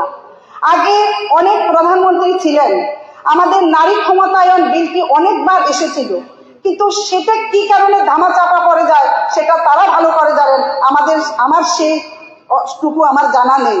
তো আমি আরো বলবো, আমরা দেখেছি আমাদের একজন বিধায়ক গোপাল বাবু বলেছেন আমাদের যশস্বী প্রধানমন্ত্রী নাকি আমাদের পশ্চিমবঙ্গের মুখ্যমন্ত্রীকে মমতা দিদি বলে সম্বোধন করেছেন।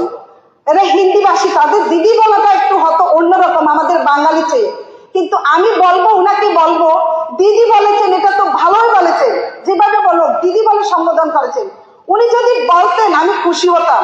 আমাদের যে পশ্চিমবঙ্গের নির্বাচনে আমাদের যে অভয়ার মা রত্না দেবনাথ যে প্রার্থী, উনাকে নিয়ে যে কটূক্তি করেছেন অনেকে, অনেক বিরোধী দলেরা, অনেক রাজ্যের অনেক ফেভিচুয়েট নেতারা, কিন্তু পাশাপাশি উনি যদি এটা তুলে ধরতেন সেটা তো আমি খুশি হতাম। কিন্তু তিনি ওটা তুলে ধরেন নাই। কেন তো তুলে ধরেন না সেটা উনি জানেন, আমি জানি না। তাহলে আমি বলবো উনিও তো আমাদেরকে ভালোবাসেন না, এই জন্য উনি পার্টি রাজনীতি ভালোবাসেন, নারীদেরকে ভালোবাসেন না। সেই জন্য উনি উনার যে পশ্চিমবঙ্গের মুখ্যমন্ত্রী উনারটা তুলে ধরেছেন, আমাদের নারী হিসাবে রত্না দেবনাথেরটা উনি তুলে ধরেন নাই। আরো যদি আমরা একটু পেছনের দিকে যাই, আমাদের যে ইউপিএ সরকার, ওই সময় আমাদের মনমোহন সিং, আমি উনাকে প্রয়াত হয়েছেন, আমি শ্রদ্ধা করি। উনি আমাদের ভারতবর্ষের দুবার প্রধানমন্ত্রী হয়েছেন, কিন্তু আমাদের ক্ষমতা ছিলেন আমাদের যে ইউপিএ সরকারের চেয়ারপারসন সোনিয়া গান্ধীর হাতে। কিন্তু উনিও ইচ্ছা করলে আমাদের যে নারীদের 33% সংরক্ষিত আসন সেটা উনি করতে পারতেন, কিন্তু করেন না। কার সুবিধার্থে কেন করেন না সেটা আপনারা আমাদের চেয়ে ভালো জানেন। আমি বলবো সেটা আপনাদের সুবিধার্থে করা হয়নি। কিন্তু এখন অনেকে বলছেন, এখানে সিপিএম বলছেন উনারা 50% পঞ্চায়েতের নারীদের ক্ষমতা এনেছেন, কংগ্রেস বলছেন কেন্দ্রীয় সরকার ইউপি সরকার এনেছেন। কিন্তু আমি বলবো এখানে দাঁড়িয়ে আমরা কোন সরকার এনেছেন সেটা আমরা এখনো জানি না। সেটা কেন জানবো? সিপিএম বলেন সিপিএম, কংগ্রেস বলেন কংগ্রেস, সেটা আপনারা বুঝে নেবেন কোন সরকার এনেছে। আর এখানে তাদের সময় 50% যে মহিলাদের সংরক্ষিত আসন রেখেছেন পঞ্চায়েত সমিতি, জেলা পরিষদ এবং নগর পঞ্চায়েতে। আমি বলবো যেখানে মহিলা প্রধান ছিলেন সেখানে কিন্তু আমরা দেখতাম একসময় পুরুষরাই সেটা শাসন করতেন। কিন্তু আমি বলবো যদি এখানে দাঁড়িয়ে বলতে হয়, আমি বলবো আমাদের যশস্বী প্রধানমন্ত্রী নরেন্দ্র মোদীজি প্রধানমন্ত্রী হওয়ার পর যেখানে আমাদের পঞ্চায়েতের প্রধান পুরুষ হয়েছেন সেখানে উপপ্রধানটা মহিলা হয়েছেন, চেয়ারম্যান প্রধান হয়েছেন সেখানে চেয়ারপারসন ভাইস চেয়ারপারসন মহিলা হয়েছেন, সেখানে আমাদেরকে সেই সুযোগটা দিয়েছেন। এবং আমাদের জন্য যদি মহিলাদের জন্য যদি বেশি করে ভাবেন, আমি বলবো যশস্বী প্রধানমন্ত্রী। যদি আপনারা দেখেন প্রত্যেকটা যোজনা মায়েদের নামে, উজ্জ্বলা যোজনা, মাতৃশক্তি বন্ধন যোজনা, জনধন যোজনা, আগে তো সরকার অনেক প্রধানমন্ত্রী ছিলেন, আমাদের মায়েদের জন্য আমাদের মায়েরা ব্যাংকের দরজা দেখেন না কোনোদিন। আমাদের প্রধানমন্ত্রী আসার পর মায়েদের জন্য জনধন যোজনা জিরো ব্যালেন্সে যে অ্যাকাউন্ট করেছেন, আমাদের মায়েরা এই পিরামিড গ্রুপের মাধ্যমে রাস্তাঘাট, হাট বাজার সবকিছু চিনতে শিখেছে। সেজন্য আমরা বলছি আমাদের মায়েদেরকে যে রাজনীতিতে সক্রিয় ভূমিকা সেটা দিতে হবে, এটা আমাদের অধিকার, আমরা এই কারণে বলছি। তো আরো বলছি যে আপনারা যারা বিরোধিতা করেন আপনারা একটু ভেবে দেখেন, আমাদের যশস্বী প্রধানমন্ত্রী, আমাদের যে রাষ্ট্রপতি, আমাদের সম্মানীয় দ্রৌপদী মুর্মু আমাদের সেই বিলে সহযোগিতা করেছেন। কিন্তু আগে তো এমন রাষ্ট্রপতি মহিলা ছিলেন, প্রধানমন্ত্রী ছিলেন, কেউ তো সেই বিলে কোনো সহযোগিতা করেন নাই। সেটাও আপনারা একটু ভেবে দেখবেন কেন করেন নাই। আপনাদের স্বার্থে, আমি বলবো আপনাদের স্বার্থে সেটা করা হয়নি।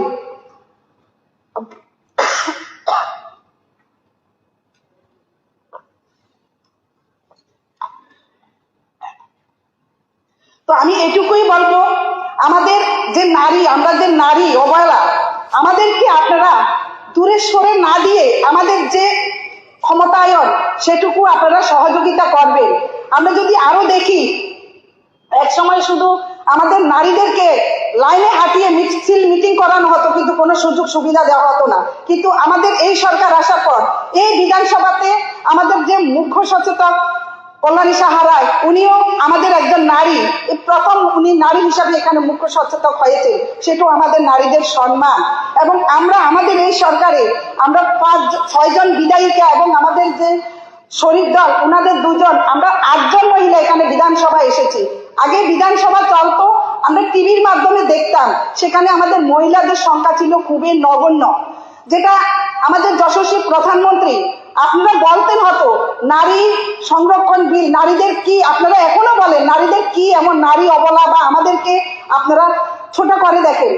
এটা প্রমাণের জন্য নারীরা যে কত মহিনী, নারীরা যে কত গুণবান, নারীরা যে সব কিছু করতে পারে সেটা দেখার জন্য আপনারা দেখেছেন অপারেশন সিঁদুর, সেখানে আমাদের যে 2 জন নারী তাদেরকে দিয়ে কিভাবে আমাদের দেশের সেবা করিয়েছেন সেটা আপনাদেরকে একবার দেখিয়ে দিয়েছেন।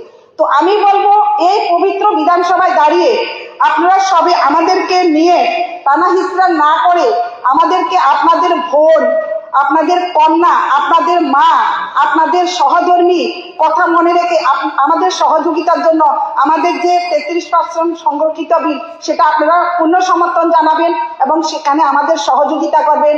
আমরা যাতে যে রাষ্ট্রের এবং রাজ্যের প্রতিটি আইন প্রণয়নে যাতে আমাদের নারীদের সহযোগিতা করা হয়, আমাদের নারীদের যাতে সেখানে উৎসাহিত করা হয়, এইটুকু আশা রেখে আবারও সবাইকে ধন্যবাদ জানিয়ে আমি আমার ক্ষুদ্র আলোচনাটুকু এখানে শেষ করলাম। জয় হিন্দ, ভারত মাতা কি জয়। ধন্যবাদ অনারেবল মেম্বার। এখন আমাদের এই নারী শক্তি বন্ধন অধিনিয়ম মোশনের উপর আলোচনা রাখবেন শৈলেন্দ্র চন্দ্রনাথ।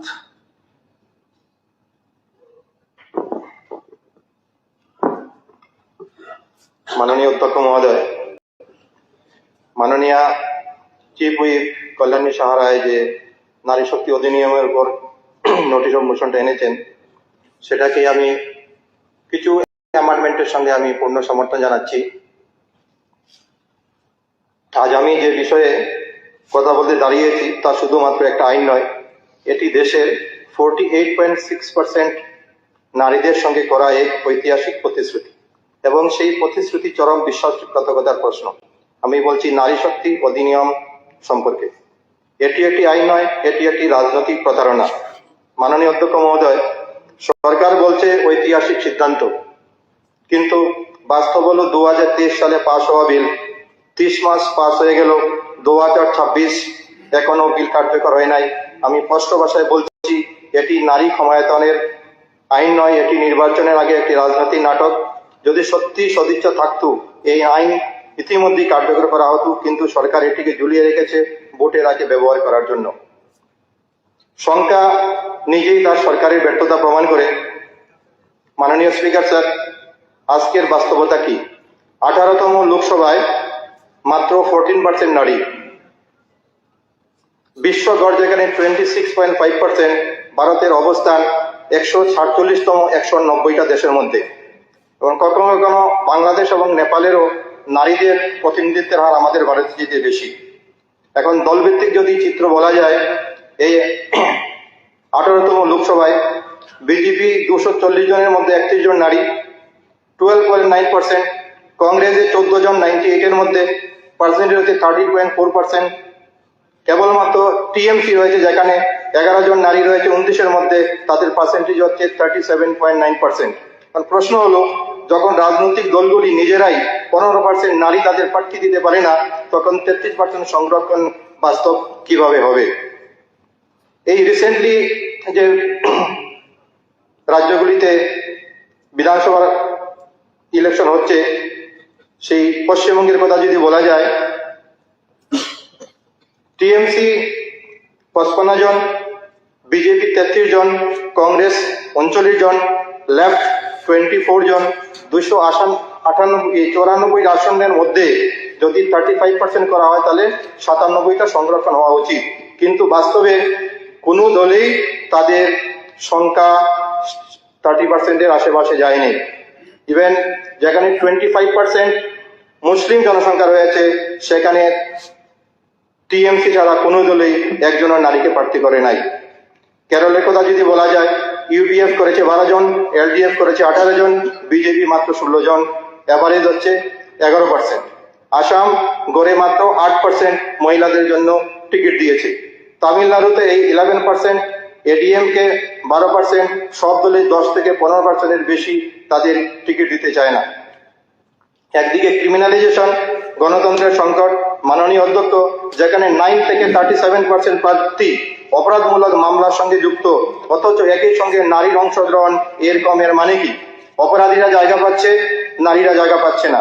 সুপ্রিম কোর্টের নির্দেশ দিলেও দলগুলি মানছে না, তাই পরিষ্কার রাজনৈতিক দলগুলির কোনো ইচ্ছা নেই নির্বাচন ব্যবস্থাকে সংস্কার করার। এই বিলের সবচেয়ে নেগেটিভ দিক হচ্ছে যেটা ওবিসি নারীদের বঞ্চনা। ইচ্ছাকৃত সামাজিক বৈষম্য এই আইনে ওবিসি নারীদের জন্য কোনো সংরক্ষণের ব্যবস্থা নেই, যেখানে 15(3) নারী সুরক্ষা, 15(4) এবং 15(5) সামাজিক ন্যায়। কিন্তু সরকার কি করছে? শ্রেণী ও জাতিগত বাস্তবতাকে উপেক্ষা করে এটি নারী সংরক্ষণ নয়, এটি এলিট নারীদের সংরক্ষণের জন্য ব্যবস্থা করা হচ্ছে। রিসেন্টলি একটা রিপোর্ট এসছে যেটা মহারাষ্ট্রের বীর জেলাতে নারী শক্তির মুখোশ খুলে দিয়ে মাননীয় অধ্যক্ষ, ভারতকে বলা হয় উদীয়মান অর্থনীতি, ডিজিটাল ইন্ডিয়া, উন্নয়ন, মেট্রো, কিন্তু বীরের কি ঘটছে? হাজার হাজার নারী যেখানে জরায়ু অপারেশন করতে বাধ্য হচ্ছেন, মাসিক হলে কাজ বন্ধ হচ্ছে, তাই জরিমানা, তাই জরায়ু কেটে ফেলতে বাধ্য করা হচ্ছে 13,000+ নারীদের। এটাই কি বেটি বাঁচাও? এখানে নারী হচ্ছে শ্রমিক, ইউনিট শরীর, উৎপাদনের যন্ত্র, শোষণের চক্র এবং ঋণ এবং দাসত্বের কন্ট্রাক্ট। কাজ না করলে জরিমানা। ডাক্তার ক্যান্সার বয় দেখিয়ে অপারেশন করে 20 থেকে 40,000 টাকা লুট করছে। এটা চিকিৎসা নয়, এটি সংগঠিত একটি শোষণ। স্বাস্থ্য ও মানবিক বিপর্যয়। 25 বছরে মেনোপজ, হাড় ক্ষয়, পিঠে ব্যথা, মানসিক অবসাদ, আত্মহত্যার প্রবণতা। সরকার বলছে it is a state subject, অর্থাৎ ভোটে নারীদের দরকার, কিন্তু বাস্তব জীবনে নয়। ইতিহাসের 2004 সালে এনডিএ কংগ্রেসের সমর্থন নেয়নি। 2010 সালে রাজ্যসভায় বিল পাশ হলো, লোকসভায় আটকে যায়। তখন কিছু নেতা বলেছিলেন নারীরা রাজনীতিতে এলে সংসার কে চালাবে? আজ সেই দলে নারী ক্ষমতায়নের কথা বলছে। আন্তর্জাতিক রিপোর্ট বলছে যেখানে ভারত সম্পূর্ণভাবে ব্যর্থ, সেখানে ইন্টারন্যাশনালি যেখানে আপনার সুইডেন 46%, নরওয়েতে 46%, সাউথ আফ্রিকায় 45%, ফ্রান্স অস্ট্রেলিয়াতে 38%, জার্মানিতে 30%, যেখানে উইদাউট রিজার্ভেশন তারা নারীদের প্রতিনিধিত্ব দিচ্ছে। কারণ একটাই, তাদের দলীয় কোটা, রাজনৈতিক সংস্কৃতি। আর আমাদের ভারত গ্লোবাল জেন্ডার গ্যাপ র্যাঙ্কে ভারত 138টা দেশের মধ্যে 131 নম্বরের মধ্যে রয়েছে। ওমেন বিজনেস অ্যান্ড লো র্যাঙ্কের মধ্যে 126 নম্বর রয়েছে 2024-এ। অর্থাৎ আইন আছে কিন্তু বাস্তব নেই। বিকল্প প্রস্তাব সময় মতো বাস্তবায়ন, ওবিসি কোটা, সাব কোটা, দলীয় বাধ্যতামূলক 30% টিকিট দেওয়া, টিকিটের নির্বাচনী কমানো, কর্পোরেটদের অর্থায়ন নিয়ন্ত্রণ, প্রক্সি রাজনীতি বন্ধ করা, নারী নেতৃত্বের প্রশিক্ষণ দেওয়া এবং এরিয়া পুনর্বিন্যাসের জন্য এটার সঙ্গে যে যুক্ত করা হয়েছে সেটাকে গণ্য না করা। তাই মাননীয় অধ্যক্ষ মহোদয়, এই আইন যদি বাস্তবায়িত না হয় এটি হবে নারীদের সঙ্গে প্রতারণা। যদি ওবিসিকে বাদ দেওয়া হয় তবে এটি হবে সামাজিক অন্যায়। যদি বাস্তবে ক্ষমতা না আসে এটি হবে নামমাত্র প্রতিনিধিত্ব। আর যদি সরকার দেরি করে, ইতিহাস বলবে নারী শক্তির কথা বলছে কিন্তু বাস্তবে তাদের অধিকার আটকে রেখেছে। আমাদের দাবি, আমরা নারী সংরক্ষণ চাই, কিন্তু তা হবে বাস্তব, তা হবে শ্রেণী সচেতন। অন্তর্ভুক্তিমূলক না হলে এই আইন গণতন্ত্রকে শক্তিশালী করবে না, বরং দুর্বল করবে। এই বলে আমার আলোচনা এখানে শেষ করছি। নমস্কার। বহুত বহুত ধন্যবাদ অনারেবল মেম্বার। এখন আলোচনায় অংশগ্রহণ করবেন নারী শক্তি বন্ধন অধিনিয়ম যে মোশনের উপর ভিত্তি করে অনারেবল মিনিস্টার শুক্লা শরণ নোয়াতিয়াজি।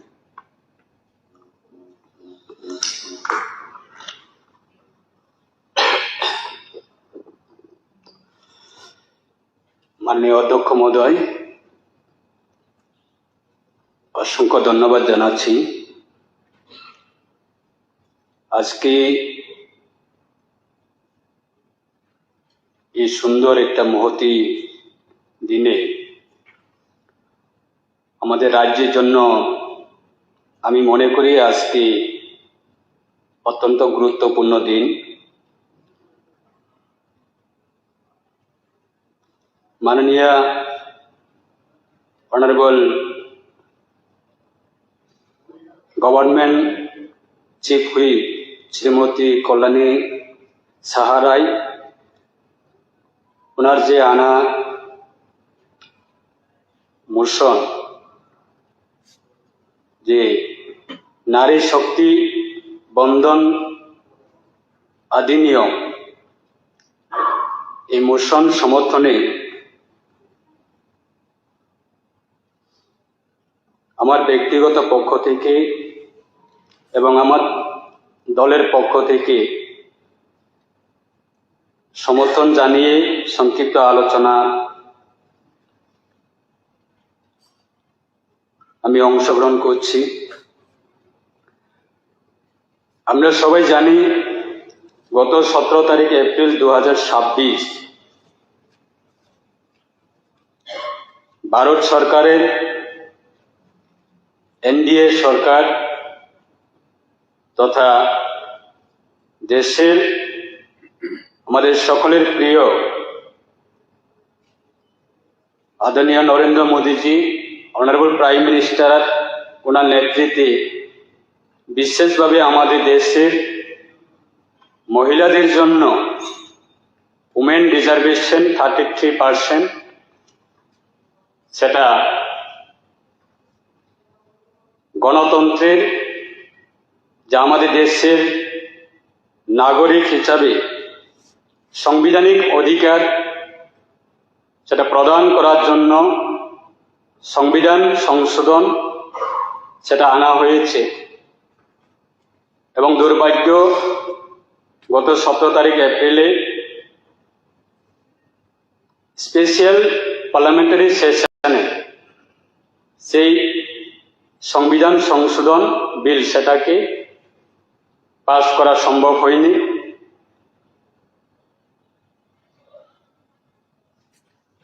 কিন্তু আজকে আমরা ত্রিপুরা রাজ্যের পক্ষ থেকে সেটাকে আবার পুনরায়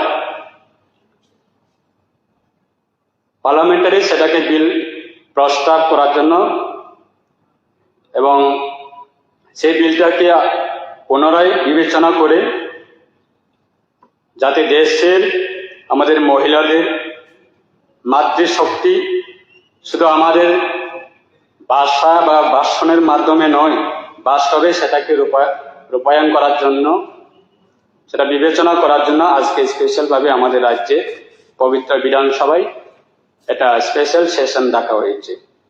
আমি আশা রাখছি যে আমাদের বিশেষভাবে, আমরা সবাই জানি যে আমাদের মহিলা আমাদের রাজ্যের জন্য, রাজ্যের ক্ষেত্রে হোক বা দেশের ক্ষেত্রে হোক, মহিলাদের জন্য আমাদের অত্যন্ত, আমরা শুধু পলিটিক্যালি, আমরা শুধু ভাষায় নয়, সেটাকে সাংবিধানিক এটা তাদের যে অধিকার সেটাকে প্রদান করার জন্য পার্লামেন্টারি এবং স্টেট অ্যাসেম্বলির যে আমাদের গণতন্ত্রের যে অধিকার, কারণ তাদের বিধানসভার ক্ষেত্রে যদি তাদের জনপ্রতিনিধি নির্বাচিত যদি না থাকে, তাদের পক্ষে হয়ে কথা বলার জন্য সেটা অত্যন্ত গুরুত্বপূর্ণ এবং পার্লামেন্টারি ক্ষেত্রেও সেটা দরকার। এবং সেই ক্ষেত্রে ডেলিমিটেশনের মাধ্যমে, লোক গণনার মাধ্যমে, সেটা সিট ইনক্রিজ করার ক্ষেত্রে হোক, পার্লামেন্টারি ক্ষেত্রে বা বিধানসভার ক্ষেত্রে, সেটা অত্যন্ত গুরুত্বপূর্ণ। এবং সেটাই দেশের প্রধানমন্ত্রী উনি চাইছেন, এনডিএ সরকার সেটা চাইছেন যে দেশের মহিলাদের যাতে তাদের গণতন্ত্রের যে অধিকার, তাদের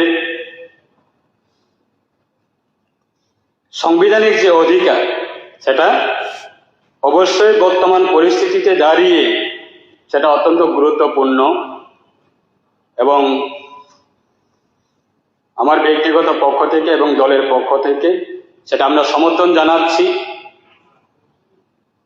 যে অতি দ্রুত যত সম্ভব সেই বিল যাতে অ্যামেন্ডমেন্ট, কনস্টিটিউশনাল অ্যামেন্ডমেন্ট, সেটা যাতে বিলটা যাতে পাস হয় এবং দেশের ক্ষেত্রে, রাজ্যের ক্ষেত্রে মহিলাদের বিশেষভাবে মহিলাদের জন্য সেটা লাভবান হবে এবং প্রজন্মের জন্য, আগামী নিউ জেনারেশনের জন্যও সেটা অত্যন্ত এনকারেজ হবে। কারণ বর্তমান পরিস্থিতিতে আমরা দেখি আমার পূর্ববক্তারা খুব মূল্যবান বিভিন্ন বিষয় নিয়ে আলোচনা রেখেছেন, বিশেষভাবে আমাদের যারা উমেন রিপ্রেজেন্টেটিভ যারা রয়েছেন এই পবিত্র বিধানসভায়, তাদের মূল্যবান বক্তব্য আমরা শুনেছি যে নিউ জেনারেশন তাদেরকে এনকারেজ করার ক্ষেত্রে বা এনকারেজ করার জন্য যাতে সংবিধানের যদি তাদের কোনো অপশন যদি না রাখা হয়, কন্ডিশন যদি রাখা না হয়, তাহলে তারা নিউ জেনারেশন কিভাবে আপগ্রেড হবে, কিভাবে এনকারেজ হবে। এই সোসাইটি তাদেরকেও সেই সাংবিধানিক সেই অধিকার, সেটা অপশন রাখা দরকার, কন্ডিশন রাখা দরকার, তখনই নিউ জেনারেশন তারা এনকারেজ হবে, আপগ্রেড হবে। সেই ক্ষেত্রে আমার পূর্ণ সমর্থন জানিয়ে আমি হাউজের সকল অংশের বিভিন্ন দলের সদস্যরা যারা রয়েছেন, আমরা এই বিলটাকে আমরা নেগেটিভলি ভাবে আমরা ডিসকাশন না করে, আমাদের সেটা সৌভাগ্য যে এই বিলের সম্বন্ধে আজকে স্পেশাল সেশন ডাকা হয়েছে, যে স্পেশাল সেশনের মাধ্যমে আমাদের পার্টিসিপেন্ট হওয়া সেটা আমাদের সৌভাগ্য বলে আমি মনে করি।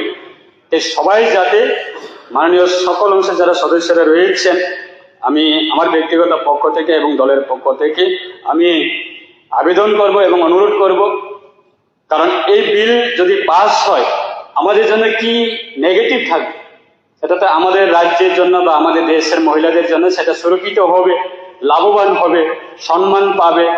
আগামী দিনে আমাদের যে সমাজের যে বর্তমান পরিস্থিতিতে যে রয়েছে, বিশেষভাবে মহিলাদের যেভাবে নির্যাতন হচ্ছে, অত্যাচার হচ্ছে, সেই ক্ষেত্রে অবশ্যই তাদের কনস্টিটিউশনালের যে সেফগার্ড, সেটা সেই জায়গার মাধ্যমে সেটা পাবে বলে আমি মনে করি।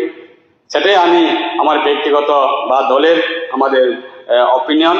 আরেকটা বিষয় মাননীয় স্পিকার সাহেব, আরেকটা বিষয়, আজকে যেহেতু আমাদের খুব সুন্দর একটা অপরচুনিটি পেয়েছেন আমরা আলোচনা করার জন্য, আরেকটা বিষয় আমি এড করার জন্য আমি চেষ্টা করব। যেহেতু আমাদের 2009-এর একটা বিল বিষয় রয়েছে, 2009-এ আমাদের রাজ্যে প্রথম নতুন সরকার গঠন হবার সঙ্গে সঙ্গে বিজেপি এবং আইপিএফটি নতুন সরকার আমরা এই রাজ্যে প্রতিষ্ঠা হবার সঙ্গে সঙ্গে আমাদের রাজ্য সরকারের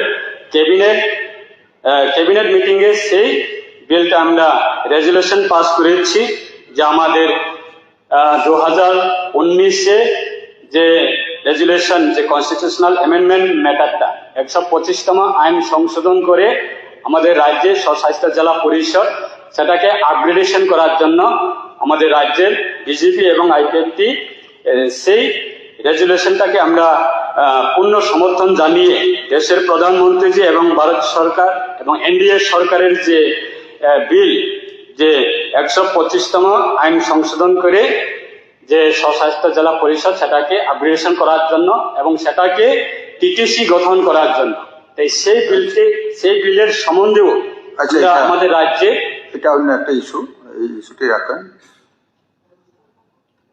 এই মোশনের উপরে রাখুন। ঠিক আছে। তো যাই হোক, সেটাকেও আমরা যাতে আমাদের রাজ্য সরকারের পক্ষ থেকে ভারত সরকারের কাছে সেটা যাতে আবেদন জানানো হয়, তাই সেটাই। ধন্যবাদ। ধন্যবাদ। এখন এই মোশনের উপর আলোচনা রাখবেন অনারেবল মিনিস্টার টিঙ্কু রায়জি। নমস্কার। মাননীয় কল্যাণী সাহা রায় মহোদয়ার যে মোশন প্রস্তাব এসছে তার সমর্থনে আমার আলোচনা। সংবিধানের 131তম সংশোধনী বিল 2026 নারী শক্তি বন্ধন অধিনিয়মের সংশোধন প্রসঙ্গে আলোচনা। মাননীয় অধ্যক্ষ স্যার, আজ এই পবিত্র বিধানসভায় সংবিধানের 131তম সংশোধনী বিল 2026 তথা নারী শক্তি বন্ধন অধিনিয়ম সংশোধন সংক্রান্ত আলোচনায় অংশগ্রহণ করতে পেরে আমি গভীর গর্ব অনুভব করছি। আমি সর্বপ্রথমে এই গুরুত্বপূর্ণ প্রস্তাব উত্থাপনের জন্য মাননীয় চিফ হুইপ শ্রীমতী কল্যাণা সাহা রায় মহোদয়কে আন্তরিক অভিনন্দন ও ধন্যবাদ জানাই। এই প্রস্তাব কেবল একটি সাংবিধানিক সংশোধনের বিষয় নয়, এটি ভারতবর্ষের নারী সমাজের রাজনৈতিক, সামাজিক ও অর্থনৈতিক ক্ষমতায়নের এক মাইলফলক সৃষ্টি হবে। মাননীয় অধ্যক্ষ স্যার, ভারতীয় সংবিধানের নারী পুরুষ সমতা যে মহান আদর্শ ধারণ করে তার ভিত্তি নিহিত রয়েছে সংবিধানের বিভিন্ন অনুচ্ছেদে। সংবিধানের 14 নম্বর অনুচ্ছেদে সকল নাগরিককে আইনের দৃষ্টিতে সমতা নিশ্চিত করে এবং 15 নম্বর অনুচ্ছেদে লিঙ্গের ভিত্তিতে বৈষম্য নিষিদ্ধ করেছে এবং নারীদের জন্য বিশেষ ব্যবস্থা গ্রহণের অনুমতি দিয়েছে। 16 নম্বর অনুচ্ছেদে সরকারি চাকরিতে সমান সুযোগ নিশ্চিত করেছে। 39C এবং 39D এবং 39E নারীদের জীবিকার অধিকার, সমকাজে সমবেতন এবং শোষণমুক্ত কর্মপরিবেশ নিশ্চিত করার কথা বলা হয়েছে। 42 নম্বর অনুচ্ছেদে নারীদের জন্য মানবিক এবং কর্মপরিবেশ নির্দেশনা রয়েছে। এই সাংবিধানিক দর্শনের আলোকে আমরা আমাদের রাজ্যের সরকার ধারাবাহিক নারী কল্যাণে একাধিক যুগান্তকারী পদক্ষেপ গ্রহণ করেছে। যখন দেশের অর্ধেক জনসংখ্যা নারী, তখন তাদের রাজনৈতিক প্রতিনিধিত্ব বাড়ানোর সময় এসেছে। মাননীয় অধ্যক্ষ স্যার, সংবিধান 131তম সংশোধনী বিল 2026 এর মূল লক্ষ্য হল নির্বাচনী সীমানা পুনর্নির্ধারণের মাধ্যমে গণতান্ত্রিক প্রতিনিধিত্বকে আরো ভারসাম্যপূর্ণ ও অন্তর্ভুক্তিমূলক করা এবং একই সঙ্গে লোকসভা এবং রাজ্যের বিধানসভায় মহিলাদের জন্য 1/3 আসন সংরক্ষণ বাস্তবায়নের পথ নির্দেশন করা। এই বিলের মাধ্যমে সর্বশেষ জনগণনার ভিত্তিতে ডিলিমিটেশন করার সুযোগ সৃষ্টি হবে। লোকসভার সদস্য সংখ্যা বৃদ্ধির প্রস্তাব রাখা হয়েছে। এক ব্যক্তি এক ভোট এক মূল্য নীতির কার্যকরের বাস্তবায়নের সম্ভব রয়েছে এবং সব থেকে গুরুত্বপূর্ণ বিষয় হলো নারীদের জন্য সংরক্ষিত আসন বাস্তবে কার্যকর করার সাংবিধানিক ভিত্তি সুদৃঢ় হবে। এটি নিঃসন্দেহে মহিলাদের রাজনৈতিক ক্ষমতায়নের এক ঐতিহাসিক পদক্ষেপ। মাননীয় অধ্যক্ষ স্যার, ত্রিপুরা রাজ্যে ইতিমধ্যে নারী ক্ষমতায়নের ক্ষেত্রে দেশের কাছে একটি আদর্শ স্থাপন করেছে। আপনারা সকলেই জানেন যে শিক্ষা এবং কর্মসংস্থানের ক্ষেত্রে Tripura state policy for empowerment women 2022 আমরা লাগু করেছি। এখানে অনেকেই বলছেন যে এর আগে আমাদের ত্রিস্তরীয় পঞ্চায়েতি ব্যবস্থায় 50% করেছেন। কারা করেছেন? কংগ্রেস বলছে ওনারা করেছেন, সিপিএম বলছে, কিন্তু সঠিক অর্থে মহিলাদেরকে এম্পাওয়ার করা, মহিলাদেরকে সশক্তিকরণ করা, এটা আমাদের রাজ্য সরকার 2022 Tripura state policy for empowerment women যেটা চালু করেছে, তারপর থেকে আমরা মহিলা সশক্তিকরণ দেখছি, আমাদের মহিলারা নিজেদের পায়ে দাঁড়াতে।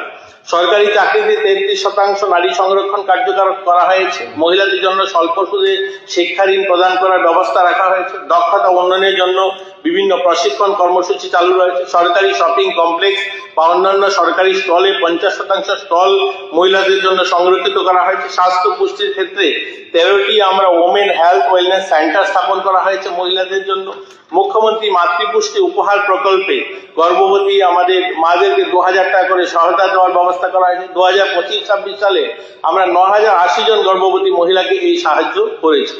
প্রধানমন্ত্রী মাতৃবন্দনা যোজনার মাধ্যমে 2025-26 সালে প্রায় 17,747 জন গর্ভবতী মহিলাকে প্রায় 5000 টাকা করে এই আর্থিক সাহায্য প্রদান করা হয়েছে। আইসিডিএস এর কর্মসূচির মাধ্যমে 2025-26 সালে প্রায় 13,912 জন গর্ভবতী মাকে এবং 1,41,46 জন প্রসূতি মাকে এই পরিষেবা দেওয়া হয়েছে। নারী সুরক্ষা ও নারী নিরাপত্তার জন্য রাজ্যে 8টি জেলায় মোট 9টি মহিলা পুলিশ স্টেশন চালু করা হয়েছে। সকল জেলায় 10টি সখী নিবাস ওয়ান স্টপ সেন্টার কার্যকর রয়েছে, যেখানে অসহায় মহিলাদের জন্য সব রকম সাহায্য করা হয়। পশ আইনের অধীনে প্রতিটি দপ্তরে ইন্টারনাল কমপ্লেইন কমিটি গঠন করা হয়েছে, যার মাধ্যমে কর্মক্ষেত্রে মহিলারা যৌন হয়রানি বা অভিযোগের নিষ্পত্তি করা হয়। সিবক্স অনলাইনে অভিযোগের ব্যবস্থা চালু রয়েছে, যার মধ্যে কর্মরত মহিলা যৌন হয়রানি বা বিরুদ্ধে অভিযোগ জানাতে পারেন। 181 ওমেন হেল্পলাইনের মাধ্যমে 24 ঘন্টা জরুরি সহায়তা প্রদান করা হয়। রাজ্যে বর্তমানে 3টি শক্তি সদন চালু রয়েছে, যেখানে বিপর্যস্ত ও অসহায় মহিলাদের নিরাপদ আশ্রয় প্রয়োজনীয় সহায়তা প্রদান করা হচ্ছে। শীঘ্রই আরো 2টি এই ধরনের চালু হবে সখী সদন আমাদের, যেখানে খোয়াই এবং গোমতী জেলায়। রাজ্যে বর্তমানে 3টি সখী নিবাস চালু রয়েছে, যেখানে কর্মজীবী ও সহায়তা প্রয়োজন মহিলাদের জন্য নিরাপদ আবাসন প্রয়োজনীয় সুবিধা প্রদান করা হচ্ছে এবং খুব শীঘ্রই আরো 7খানা সখী নিবাস চালু হবে। পরিকাঠামো উন্নয়নে 114 কোটি টাকা ব্যয়ে 10টি কর্মজীবী মহিলা হোস্টেল নির্মাণ করা হচ্ছে, বর্তমানে দ্রুত গতিতে অগ্রসর হচ্ছে। এই উদ্যোগ মহিলাদের ক্রমবর্ধমান শ্রমশক্তি বৃদ্ধি অংশগ্রহণের একটি সুস্পষ্ট ইতিবাচক প্রতিফলন। মাননীয় অধ্যক্ষ স্যার, সামাজিক সুরক্ষায় রাজ্যে আর্থিকভাবে দুর্বল পরিবারে কিশোর, বিধবা, স্বামী পরিত্যক্তা, প্রবীণ ও অসহায় মহিলাদের সহায়তা বর্তমানে 8টি সামাজিক সুরক্ষা প্রকল্প কার্যকর রয়েছে। এই প্রকল্পগুলোর আয়তায় রাজ্যে মোট প্রায় 1,73,531 জন কিশোরী এবং অসহায় মহিলা প্রতি মাসে আর্থিক সহায়তা পাচ্ছেন। প্রাণপ্রথা ও বাল্যবিবাহ প্রতিরোধের লক্ষ্য অন্তর্দয় পরিবারে কন্যা সন্তানের বিবাহে মুখ্যমন্ত্রী কন্যা বিবাহ যোজনা প্রকল্পের মাধ্যমে প্রায় 50,000 টাকা করে আর্থিক অনুদান প্রদান করা হচ্ছে। পাশাপাশি অন্তর্দয় পরিবারে কন্যা শিশু জন্মের পর তার শিশু ও শিক্ষার ভবিষ্যৎ নিশ্চিত করতে মুখ্যমন্ত্রী বালিকা সমৃদ্ধি যোজনার অধীনে এককালীন 50,000 টাকা ফিক্সড ডিপোজিট সার্টিফিকেট প্রদান করা হয় আমাদের রাজ্যে। অর্থনৈতিক ক্ষমতায়ন আমাদের রাজ্যে 55,000-এরও বেশি মহিলা স্বনির্ভর গোষ্ঠী তৈরি হয়েছে। আপনারা সকলেই জানেন 5 লক্ষেরও বেশি মহিলা তাতে ইনভলভ রয়েছে, যারা প্রায় 1,08,000-এরও বেশি মহিলা যারা রয়েছেন, যারা লাখপতি দিদি, যারা 1 লক্ষ টাকার বেশি রোজগার করেন। পাশাপাশি রাজ্যের 600-এরও বেশি মহিলা বিজনেস কম্পাউন্ড সখী ব্যাংক সাথী হিসাবে বিভিন্ন শাখায় কাজ করছেন, প্রমাণ করে যে আমাদের রাজ্যে নারীরাও ডিজিটাল অর্থনীতিতে সমানভাবে সক্ষম। সরকারি স্টল, শপিং মল কমপ্লেক্স মহিলাদের জন্য ন্যূনতম 50% আসন সংরক্ষণ ইতিমধ্যে নিশ্চিত করা হয়েছে। এর ফলে মহিলারাও স্বনির্ভর হয়ে ব্যবসায়িক কর্মকাণ্ডে আরো সক্রিয়ভাবে অংশগ্রহণ করছেন আমাদের রাজ্যে। রাজ্যে এছাড়াও সরকারি বিভিন্ন ভেঞ্চার ক্যাপিটাল ফান্ডের মোট বরাদ্দ অন্তত 50% মহিলা উদ্যোক্তাদের জন্য সংরক্ষিত রাখা হয়েছে। নারী স্টার্টআপ গুলিকে উৎসাহিত করতে জামানতবিহীন ঋণ প্রদানের ব্যবস্থা রয়েছে। মাননীয় অধ্যক্ষ স্যার, মহিলা অংশগ্রহণ বাড়ানোর জন্য, মহিলারা যেন ক্রীড়াতেও অংশগ্রহণ করে, তার জন্য এবছরই আমাদের রাজ্য সহ গোটা দেশে অস্মিতা খেলো ইন্ডিয়া ওমেন্স লিগ শুরু হয়েছে, যাতে প্রায় সেখানে আমরা যদি দেখি প্রায় 1 লক্ষেরও 34টা ক্রীড়া বিভাগে প্রায় 2,600-টিরও বেশি লিগ আয়োজন করা হয়েছে। 550-টিরও বেশি জেলায়, 700-টিরও বেশি শহরে প্রায় 1,38,000-এর বেশি মেয়েরা সেখানে অংশগ্রহণ করেছে। 2025-26 অর্থ বছরে ক্রীড়া মন্ত্রকের জন্য প্রায় 3,794 কোটি টাকা রেকর্ড বরাদ্দ করা হয়েছে। আর এর মধ্যে বড় অংশ খেলো ইন্ডিয়া স্পোর্টস ফর ওমেন অর্থাৎ মহিলাদের ক্রীড়া প্রশিক্ষণ বা ক্রীড়া ক্ষেত্রে সেটা নিবেশ করা হয়েছে। আমরা যদি দেখি আজকের ভারতে আমরা শুধুমাত্র ইনভেস্টমেন্ট আর পরিকাঠামো নয়, পিভি সিন্ধু থেকে মীরাবাই চানু এই নামগুলো শুধু ক্রীড়াবিদ নয়, তারা নতুন প্রজন্মের প্রেরণা আজ গোটা দেশে গোটা পৃথিবীতে তাদেরকে দেখছে বা তাদের যে কৃতিত্ব সেটা স্মরণ করছে। রাজনৈতিক ক্ষমতায়ন, রাজনৈতিক ভাষণটা সময় নষ্ট করে এটা এর জন্যই তো মহিলা বিলটা আনা হচ্ছে। মহিলারা সবগুলো ক্ষেত্রে এস্টাবলিশমেন্ট, এরা নিজেরা স্বাবলম্বী হচ্ছে, তার জন্য আরো চাই রাজনৈতিক বিভিন্ন ক্ষেত্রে মহিলারা উন্নয়ন করছে। এর জন্য আমরা মহিলা বিলটাও জরুরি যে রাজনৈতিক প্রতিনিধিত্ব বাড়াতে হবে তাদের। মহিলা সশক্তকরণের জন্য যা যা করা হচ্ছে একটু বিস্তারিত দিচ্ছেন, এবং মহিলা মন্ত্রী কেন মহিলারা বিভিন্ন মিনিস্টার কিছু তো বলবেই। এই কথা বলার অর্থ হচ্ছে মহিলা রাজনীতিতেও প্রতিনিধিত্ব চাই। মহিলারা সব ক্ষেত্রে, ক্রীড়া ক্ষেত্রে, ইন্ডাস্ট্রিতে, চাকরিতে, সব জায়গাতে মহিলারা এস্টাবলিশ হচ্ছে। রাজনীতিতে কেন আসতে পারবে না? রাজনীতিতে কেন সুযোগ দেওয়া হবে না? এই প্রসঙ্গে কথাটা আসছে। সব ক্ষেত্রে যেহেতু মহিলারা উন্নত হচ্ছেন, তাহলে রাজনীতিতে কেন আসবেন না? রাজনীতিতেও প্রতিনিধিত্ব দেওয়া চাই, এর জন্য এই কথাগুলো বলা হচ্ছে। আর দীপা কর্মকার মতো যিনি পদ্মশ্রী অ্যাওয়ার্ডে আমাদের রাজ্যে মহিলা রয়েছেন, আজকে যদি আমাদের রাজ্যে 33% আরক্ষণ হয়, সেখানে তারও প্রতিনিধিত্ব করার সুযোগ আসবে। এই ধরনের যারা প্রতিভাবান মহিলারা থাকবে তারা সুযোগ পাবে, এর জন্য কথাটা আসছে। রাজনৈতিক ক্ষমতায়নের জন্য, রাজনৈতিক ক্ষমতায়নের ক্ষেত্রে ত্রিপুরাও একভাবে এগিয়ে। সংবিধানের 73তম সংশোধনী যেখানে ন্যূনতম 33% নারী সংরক্ষণের কথা বলা হয়েছে, সেখানে ত্রিপুরা পঞ্চায়েতি ব্যবস্থা 3 স্তরে 50% নারী সংরক্ষণ কার্যকর করেছে। আজ বহু মহিলা প্রধান, উপপ্রধান, জেলা সভাপতি হিসাবে দক্ষতার সঙ্গে নেতৃত্ব দিচ্ছে। এটি প্রমাণ করে নারীদের সুযোগ দিলে তারা শুধু অংশগ্রহণই করেন না, নেতৃত্ব সফল হয়।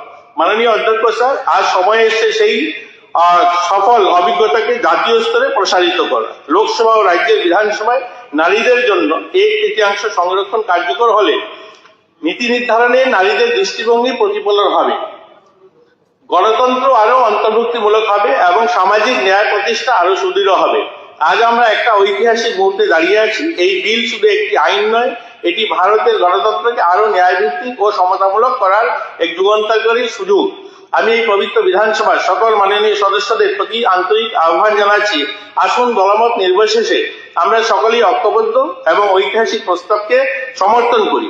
এখানে আমাদের কমিউনিস্টের একজন বিধায়ক বলছিলেন, শ্যামল চক্রবর্তী মহোদয়, যে 2020 সালে পার্লামেন্টে শ্রম কোড নিয়ে এসেছিলেন, যে সেখানে এই শ্রম কোড না এনে সেখানে এই নারীদের ক্ষমতায়নের বিল আসতে পারতো তখনকার সময়।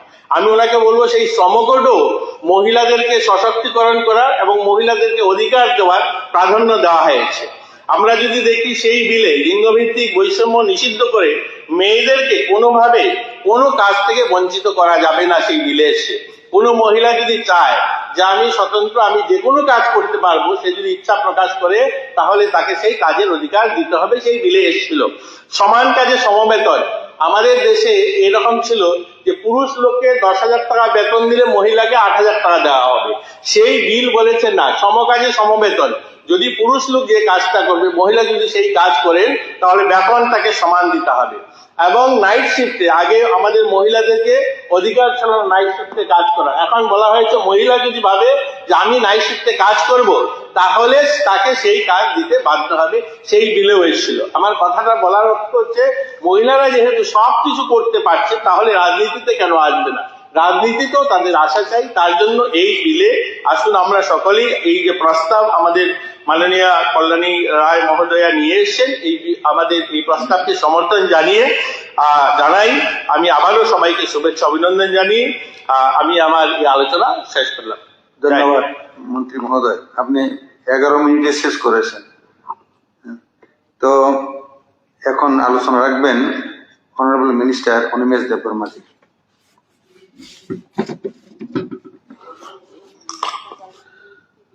Honorable Speaker sir, all honorable members of this house, আজকের যে motion moved by our honorable government chief whip, I really support and appreciate this motion কারণ মহিলাদের আমরা নির্বাচনে প্রতিটি নির্বাচন আমরা শুধু এদের মা বোন বলে কিন্তু সম্বোধন করে তাদের ভোট আদায় করতে চেষ্টা করি এবং প্রতিটি পার্টি ম্যানিফেস্টোতে মহিলাদের জন্য ভালো ভালো স্কিম ঘোষণা আমরা করি but we forget that women are not simply vote bank, they are also nation builders যারা দেশকে শক্তিশালী এবং গঠন করতে পারে তাতে মহিলাদের ভূমিকা সবচাইতে শীর্ষে থাকে এটা আমরা সবাই ভুলে গেছি and I am so honored to get this privilege today যে এই হাউসে এই মোশনটাকে নিয়ে চর্চা করার একটা সুযোগ পেয়েছি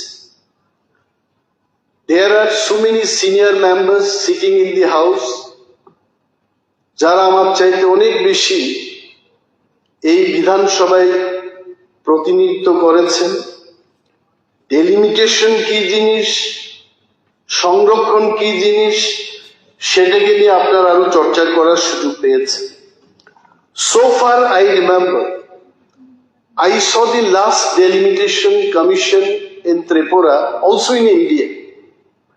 Delimitation commission is chaired by someone retired Supreme Court judge. 2002 থেকে 2008 পর্যন্ত delimitation commission ছিল কুলদীপ সিং যিনি সুপ্রিম কোর্টের জাস্টিস ছিলেন he was the chairperson. In 6 বছর from 2002 to 2008 the Delimitation Commission of India worked to redefine the boundaries of parliament as well as assembly constituencies in India এবং সেই সময় আমি এমএলএ ছিলাম I also had an opportunity to represent some issues before the Delimitation Commission আমি আমাদের সংসদীয় বিষয়ক মন্ত্রীর সাথে আলোচনা করছিলাম যে what was the base of census ত্রিপুরাতে যে সময় লাস্ট যে ডেলিমিটেশন হয়েছে তার সেন্সাসের বেসটা কোন ইয়ারে ছিল I remember it was 2001 কারণ 20 তারিখ মার্চ 2008 The Delimitation Commissioner যে সুপারিশ এটাকে ভারতবর্ষের রাষ্ট্রপতি তার উপর স্বাক্ষর করে বলেছে যে this will be the assembly constituencies for the next election. By then ত্রিপুরাতে ইলেকশন হয়ে গেছে যার কারণে Delimitation Commissioner যে সুপারিশ ত্রিপুরায় 2013 থেকে শুরু হয় So আমি যা বুঝি the debate which is going on in the country in different states কি হচ্ছে সরকারের বিরোধীরা তারা বলছেন যে why don't you complete the census and do all this আর সরকার কি বলছে take 2011 is the base and then complete the reservation and delimitation. So simple.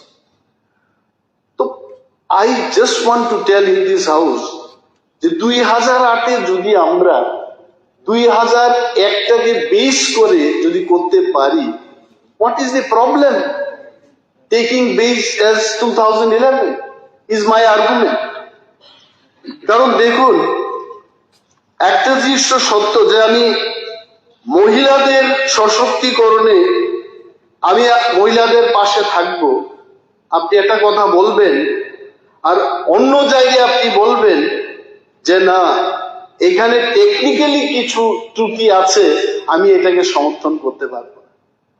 Actual সমর্থক তারাই হবে, আরে বেসটা হোক 1991 হোক 2001 সাল, মহিলাদের পাশে যদি থাকতে চান আপনি কেন ইয়েস বলছেন না? আগে পিছু তো হবে। This is my argument. I as a minister, I as a member of this house, I will not consider কোন ডেটের উপর ভিত্তি করে মহিলা সংরক্ষণ হবে। I will not support this bill.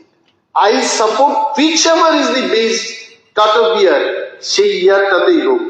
We should be with the women bill. তবেই আমরা তাদের সশক্তিকরণ করতে পারব। You just see in Tripura, recently the concluded TTADC election, what was the voter turnout in Tripura? Almost 83%.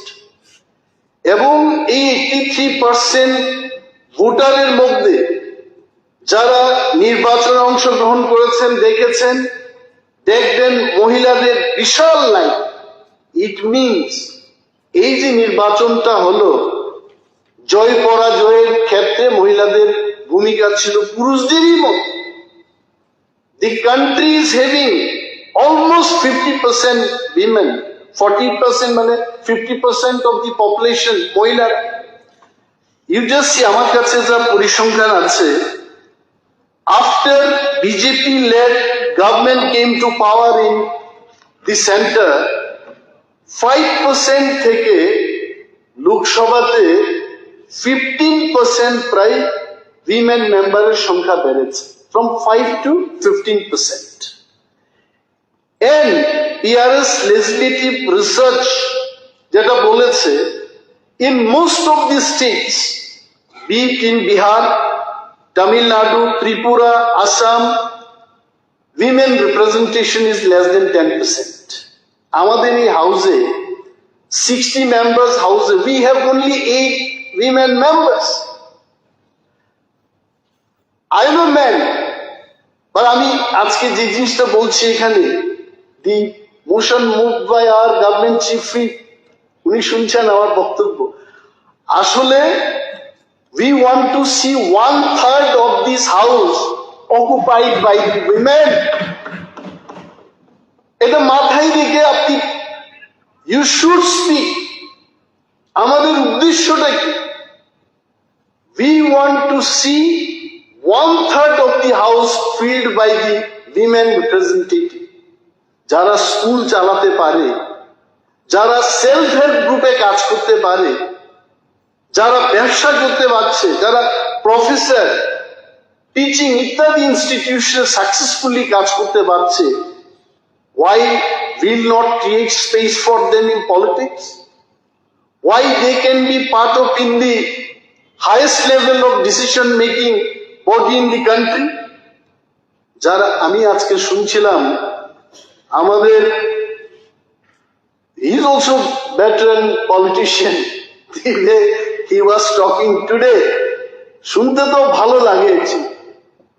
when two politicians debate, both the politicians শুনতে খুব ভালো লাগে, but সত্য জিনিসটা কিন্তু একটাই হবে, both cannot be correct on one issue, one has to be correct. ওনার কাছে আমার প্রশ্ন থাকবে, এতক্ষণ উনি আধা ঘন্টা বক্তব্য করে গেলেন, ওনার উদ্দেশ্যটা কি? ওনার উদ্দেশ্যটা কি মহিলা রিজার্ভেশনকে সমর্থন করা, না এই মহিলা রিজার্ভেশনকে নিয়ে রাজনীতি করা? I can tell about my opinion. My opinion is মহিলা রিজার্ভেশনকে নিয়ে আমি রাজনীতি করতে চাই না। I want women reservation in the house. এখানে 1/3 মহিলা রিপ্রেজেন্টেশন আমি দেখতে চাই। That should be the step. And you see, এখানে আমি যদি বলি when it started, আমাদের পরিষদীয় বিষয়ক মন্ত্রী নিশ্চয় আমাকে কারেকশন করবেন if I tell something. চলুন কিছু দেখি who brought this reform forward. Union law minister Shri Arjun Ram Meghwal যখন উনি আইন বিষয়ক মন্ত্রী হয়েছেন, on 19 September 2023 this bill was introduced, and do you know the figure? লোকসভাতে 454 vote in the favor and against I don't know, I think it should be 214 votes in the favor and 0 in the against, or 2 in the 54 এবং 2টা against it ছিল, right. মানে কত overwhelming support in the parliament. এবং 28 তারিখ September 2023 আমাদের দেশের যিনি রাষ্ট্রপতিজি দ্রৌপদী মুর্মুজি, উনি এইটাকে অ্যাসেন্ট দিয়েছেন, অর্থাৎ স্বাক্ষর দিয়ে বলেছে যে ইয়েস, এটা আইন হবে। এবং if I remember, the first move এই মহিলা রিজার্ভেশন বিলটাকে নিয়ে প্রথম যে অ্যাটেম্পটা হয়েছিল, it was in the year 1996, then it came in 1998, then it came again in 1999, 2002, 2003 and 2008. Fortunately in 2008 2008 যে বিলটা হলো, এটা 2010 রাজ্যসভায় পাশ হয়েছে। রাজ্যসভায় যখন একটা বিল পাস হয়ে যায়, it does not die there, কারণ রাজ্যসভার কিন্তু মেয়াদ থাকে না। Somebody or the other they keeps on coming. লোকসভাতে কোনো বিল ইন্ট্রোডিউস হয়, if it does not get pass, লোকসভার মেয়াদ শেষ হলে আবার ইন্ট্রোডিউস করতে হবে। That is how I think it has been introduce. And এটা আনার পর আই ওয়াজ ফলোইং কি হচ্ছে, দেশে কি চর্চা হচ্ছে। আমাদের এখানে যখন বলা হলো যে একদিন আমরা এটাকে সেশন ডেকে আলোচনা করে এটাকে আমরা সমর্থন করব, আমার কোনো বক্তব্য ছিল না। আমাদের খুব বরিষ্ঠ একজন সদস্য এই হাউসের শ্রী গোপাল চন্দ্র রায় মহোদয় ছিলেন, ওনারও কিন্তু বক্তব্য ছিল না। হি ওয়াজ অনলি ডিমান্ডিং যে এটাকে বাড়িয়ে আরো কিছু আলোচনা করা যায় কিনা। ইভেন আই ফিল টুডে, আজকে এখানে যখন সদস্যদের বক্তব্য চলছিল, I thought that this session should have started early in the morning in 7 o'clock। অধ্যক্ষ এবং উপাধ্যক্ষকে বাদ দিয়ে 58 জন মেম্বার সবাই এটার উপর বক্তব্য করা উচিত ছিল। ইট ডাজ প্রুভ, আজকে যে পার্টিসিপেশনটা এখানে, it does prove that everyone wants 1/3 reservation for the women. এটার বলার আর কোনো অপেক্ষাই রাখে না। তো আমি ত্রিপুরার আমাদের মহিলাদের উদ্দেশ্যে একটা কথাই বলবো, যারা আমাদেরকে ভোট দিয়েছেন, যারা আগামী দিন ভোট দেবেন, মহিলারা যারা সেলফ হেল্প গ্রুপে কাজ করছেন, যারা school, college, farm, markets, hospital, offices এবং যারা বাড়ি করে এজ এ হাউস ওয়াইফ কাজ করছেন, আমাদের ইন্ডিজেনাস ওমেন যারা পাহাড়ে আমাদের হয়ে প্রচার করছেন, আমাদেরকে ভালোবাসেন, তাদের উদ্দেশ্যে আমি একটা কথাই বলবো, যে আইনটা আপনাদের জন্য। This is your rightful place, এটা আপনাদের অধিকার, এই অধিকার আপনাদের পেতেই হবে। Policies needs your experience, governance needs your discipline, democracy needs your voice, এবং অ্যাসেম্বলি, পার্লামেন্ট এর শুধু কতিপয় ব্যক্তির জন্য হতে পারে না। These also have to be represented equally by the women representative in our country and as well as in this state. আমি আমার বক্তব্যকে দীর্ঘায়িত করব না। ডেমোক্রেসি, শেষে একটা কথাই বলবো, যে democracy cannot be complete when women only vote. মহিলারা শুধু ভোট দান করবেন, এইটা দিয়ে কিন্তু গণতন্ত্র এটা কমপ্লিট হতে পারে না। Democracy becomes complete when women also lead. মহিলারা যখন নেতৃত্ব দেবে বা দেবেন, তখনই কিন্তু আমাদের গণতান্ত্রিক ব্যবস্থা সেটা কমপ্লিট হবে। And reservation for women is not a concession. Please remember, it is not concession. It is the correction of democratic deficit. ডেমোক্রেসিতে যা যা ঘাটতি ছিল, এই ঘাটতিটার ডেফিসিটটা আমরা কারেকশন করতে চেষ্টা করছি। Those who delayed it for 30 years should not lecture those who finally delivered it. এবং আমি দেশের প্রধানমন্ত্রী শ্রী নরেন্দ্র মোদীজিকে অসংখ্য ধন্যবাদ জানাই যে এই বিলটা পাশ করার জন্য যে উনি মহতী উদ্যোগ নিয়েছেন। এবং এই কয়েকটি কথা বলি, এই মোশনটাকে সমর্থন করে মহিলা রিজার্ভেশন এটা হোক ভারতবর্ষে এবং আমাদের এই রাজ্যে, এই কথা বলে আমি আমার বক্তব্য শেষ করছি। জয় ত্রিপুরা, জয় নারী শক্তি, জয় Hind. Thank you so much. ধন্যবাদ অনারেবল মিনিস্টার। এখন নারী শক্তির এই মোশনের উপর আলোচনা রাখবেন অনারেবল মিনিস্টার সুধাংশু দাসজি।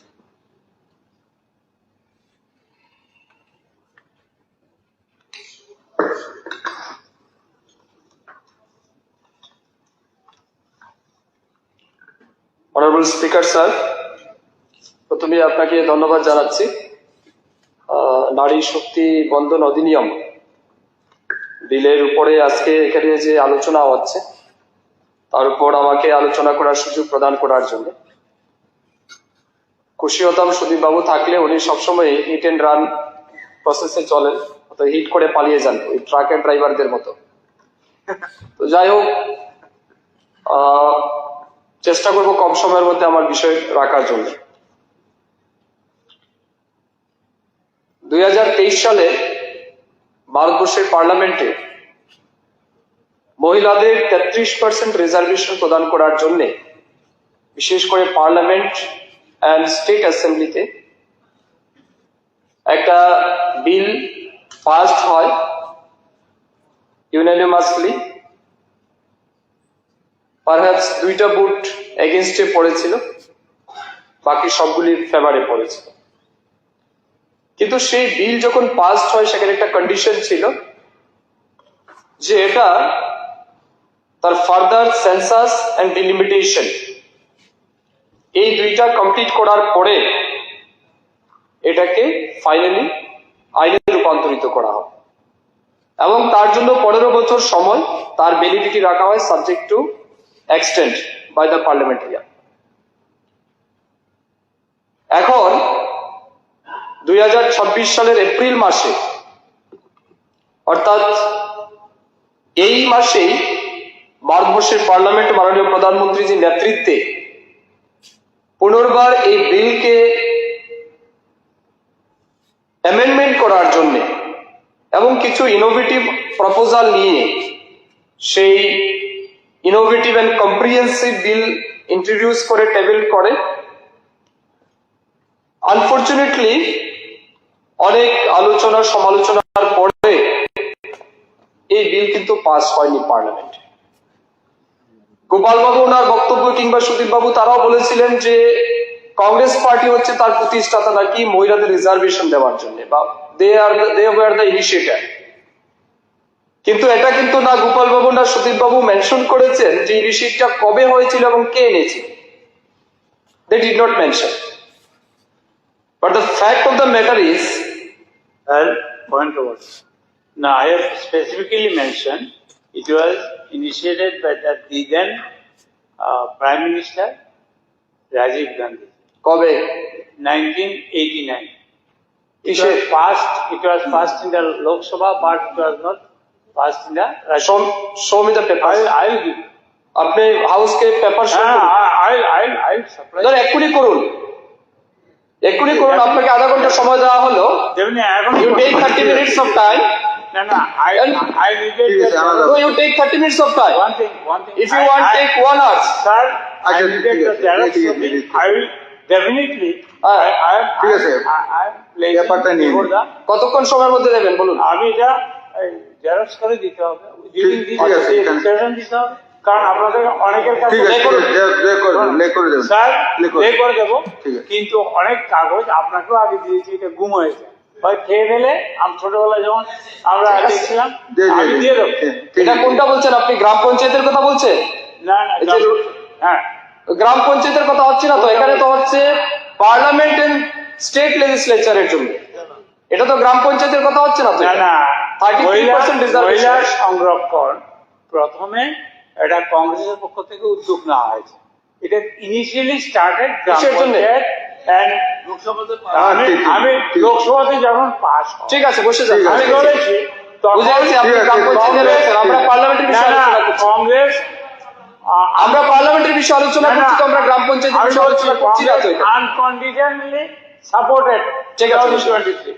ঠিক আছে ঠিক আছে আমরা পার্লামেন্টের বিষয়ে আলোচনা করছি তো, হ্যাঁ গ্রাম ঠিক আছে পঞ্চায়েতে আছে। স্যার, হাউসকে মিসলিড করা ঠিক আরে, ঠিক আছে বসে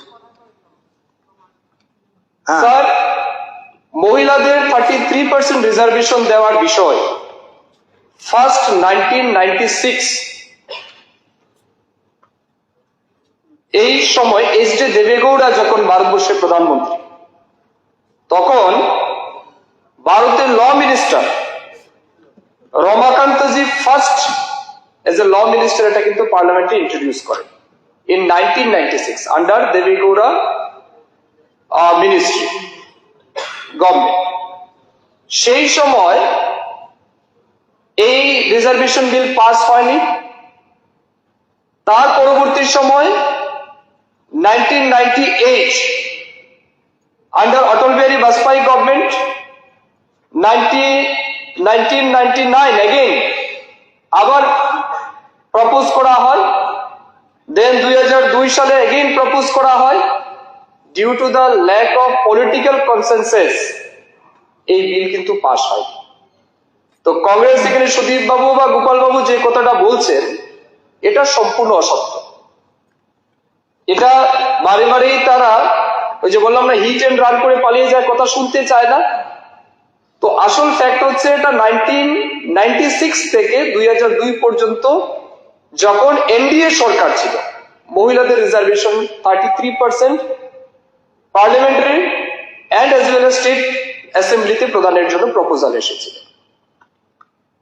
হয়নি এই কারণেই, কারণ সেই সময় আমাদের কাছেও পর্যাপ্ত পরিমাণের সংখ্যা ছিল না।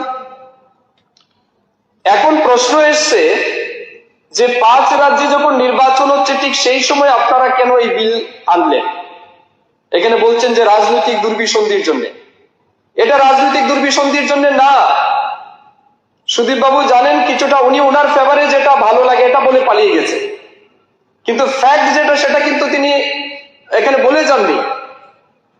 মূল বিষয় কি ছিল, যখন আনডেমোক্রেটিক ওয়েতে ভারতবর্ষে ইন্দিরা গান্ধীজির নেতৃত্বে ইমার্জেন্সি লাগু হয়েছিল, ঠিক সেই সময় 42nd অ্যামেন্ডমেন্ট এনে, যেটা কি মিনি কনস্টিটিউশন আমরা বলি, সেই মিনি কনস্টিটিউশনে 42nd অ্যামেন্ডমেন্ট এনে এই যে পরিসীমা যেটাকে বলা হয় হিন্দিতে বা ডিলিমিটেশন, সেটাকে কমপ্লিটলি ফ্রিজ করে দেওয়ার কাজ আপ টু 2026 এটা কিন্তু কংগ্রেস দল করেছে। কিন্তু এখানে অসত্য তথ্য দিয়ে পালিয়ে গেছে যে না, এটা নাকি আমরা রাজনৈতিক দুর্বিসন্ধির জন্য করেছি। অর্থাৎ ডিলিমিটেশনের ম্যাটারটা ফ্রিজ ছিল by the parliament by amending 42nd amendment of the Indian Constitution, যার কারণে যেহেতু ফ্রিজ ছিল, এর আগেও চেষ্টা হয়েছে 2002 সালে অটল বিহারী বাজপেয়ীর সময় চেষ্টা হয়েছে, কিন্তু মানে ওই যে 2/3 মেজরিটি না পাওয়ার কারণে সেটা আনফ্রিজ করা যায়। এবং পরিশেষে যেহেতু এটা 2026 পর্যন্ত বন্ধ ছিল, এই কারণে 2026 সালে এই এপ্রিল মাসে ইমিডিয়েটলি এটাকে আনা হয়েছে। এখন প্রশ্ন হচ্ছে 2023 সালে যখন নারী শক্তি বন্ধন অধিনিয়ম বিল পাস হয়, এখন 3 বছর পরে, এই কারণে যে বললাম ফ্রিজ, এটাকে উইথড্র করার জন্য আগে ফার্স্ট অ্যামেন্ডিং আর্টিকেল 81 and 82 এই দুইটা অ্যাক্টকে অ্যামেন্ড করে এটাকে ফ্রিজ উইথড্র করে তারপরে এই প্রসেসটা স্টার্ট হবে। এখন 15 বছর যেহেতু সময় আছে, 15 বছর পর্যন্ত এই একটা 2023 এর এক ভ্যালিডিটি থাকবে। কিন্তু বলা হচ্ছে যে আপনাকে সেন্সাস করতে হবে, পপুলেশন সেন্সাস, দেন কাস্ট সেন্সাস, তারপরে ডিলিমিটেশন। এগুলি করার পরেই আপনি কিন্তু আইনে রূপান্তরিত করতে পারবেন বা 33% রিজার্ভেশন আপনি লাগু করতে পারবেন। এই ক্ষেত্রে সমস্যাটা হচ্ছে কি, যেহেতু আমরা সবাই জানি 2021 সালে আমাদের দেশে সার্ভে হওয়ার কথা ছিল, সেন্সাস হওয়ার কথা ছিল, কিন্তু যেহেতু কোভিড মহামারী ছিল সেই কারণে হয়নি, পরবর্তী সময়ে আরো অন্যান্য কিছু সমস্যার কারণে হয়নি। কিন্তু এখন অলরেডি কিন্তু কাজ শুরু হয়ে গেছে, এই যে ন্যাশনাল ওয়াইজ সেন্সাস কিন্তু কাজ শুরু হয়েছে। এবং এই যে সেন্সাস করার পরে যখন আপনি ডিলিমিটেশন করতে যাবেন তখন কিন্তু সেখানে একটা রুলস আছে, কন্ডিশন আছে, আপনাকে প্রত্যেকটা কনস্টিটিউয়েন্সিতে আপনার হিয়ারিং দরকার আছে। যেমন বর্তমানে গ্রাম পঞ্চায়েত লেভেলে কোনো বেনিফিশিয়ারি দিতে গেলে গ্রাম সভা ডাকতে হয়,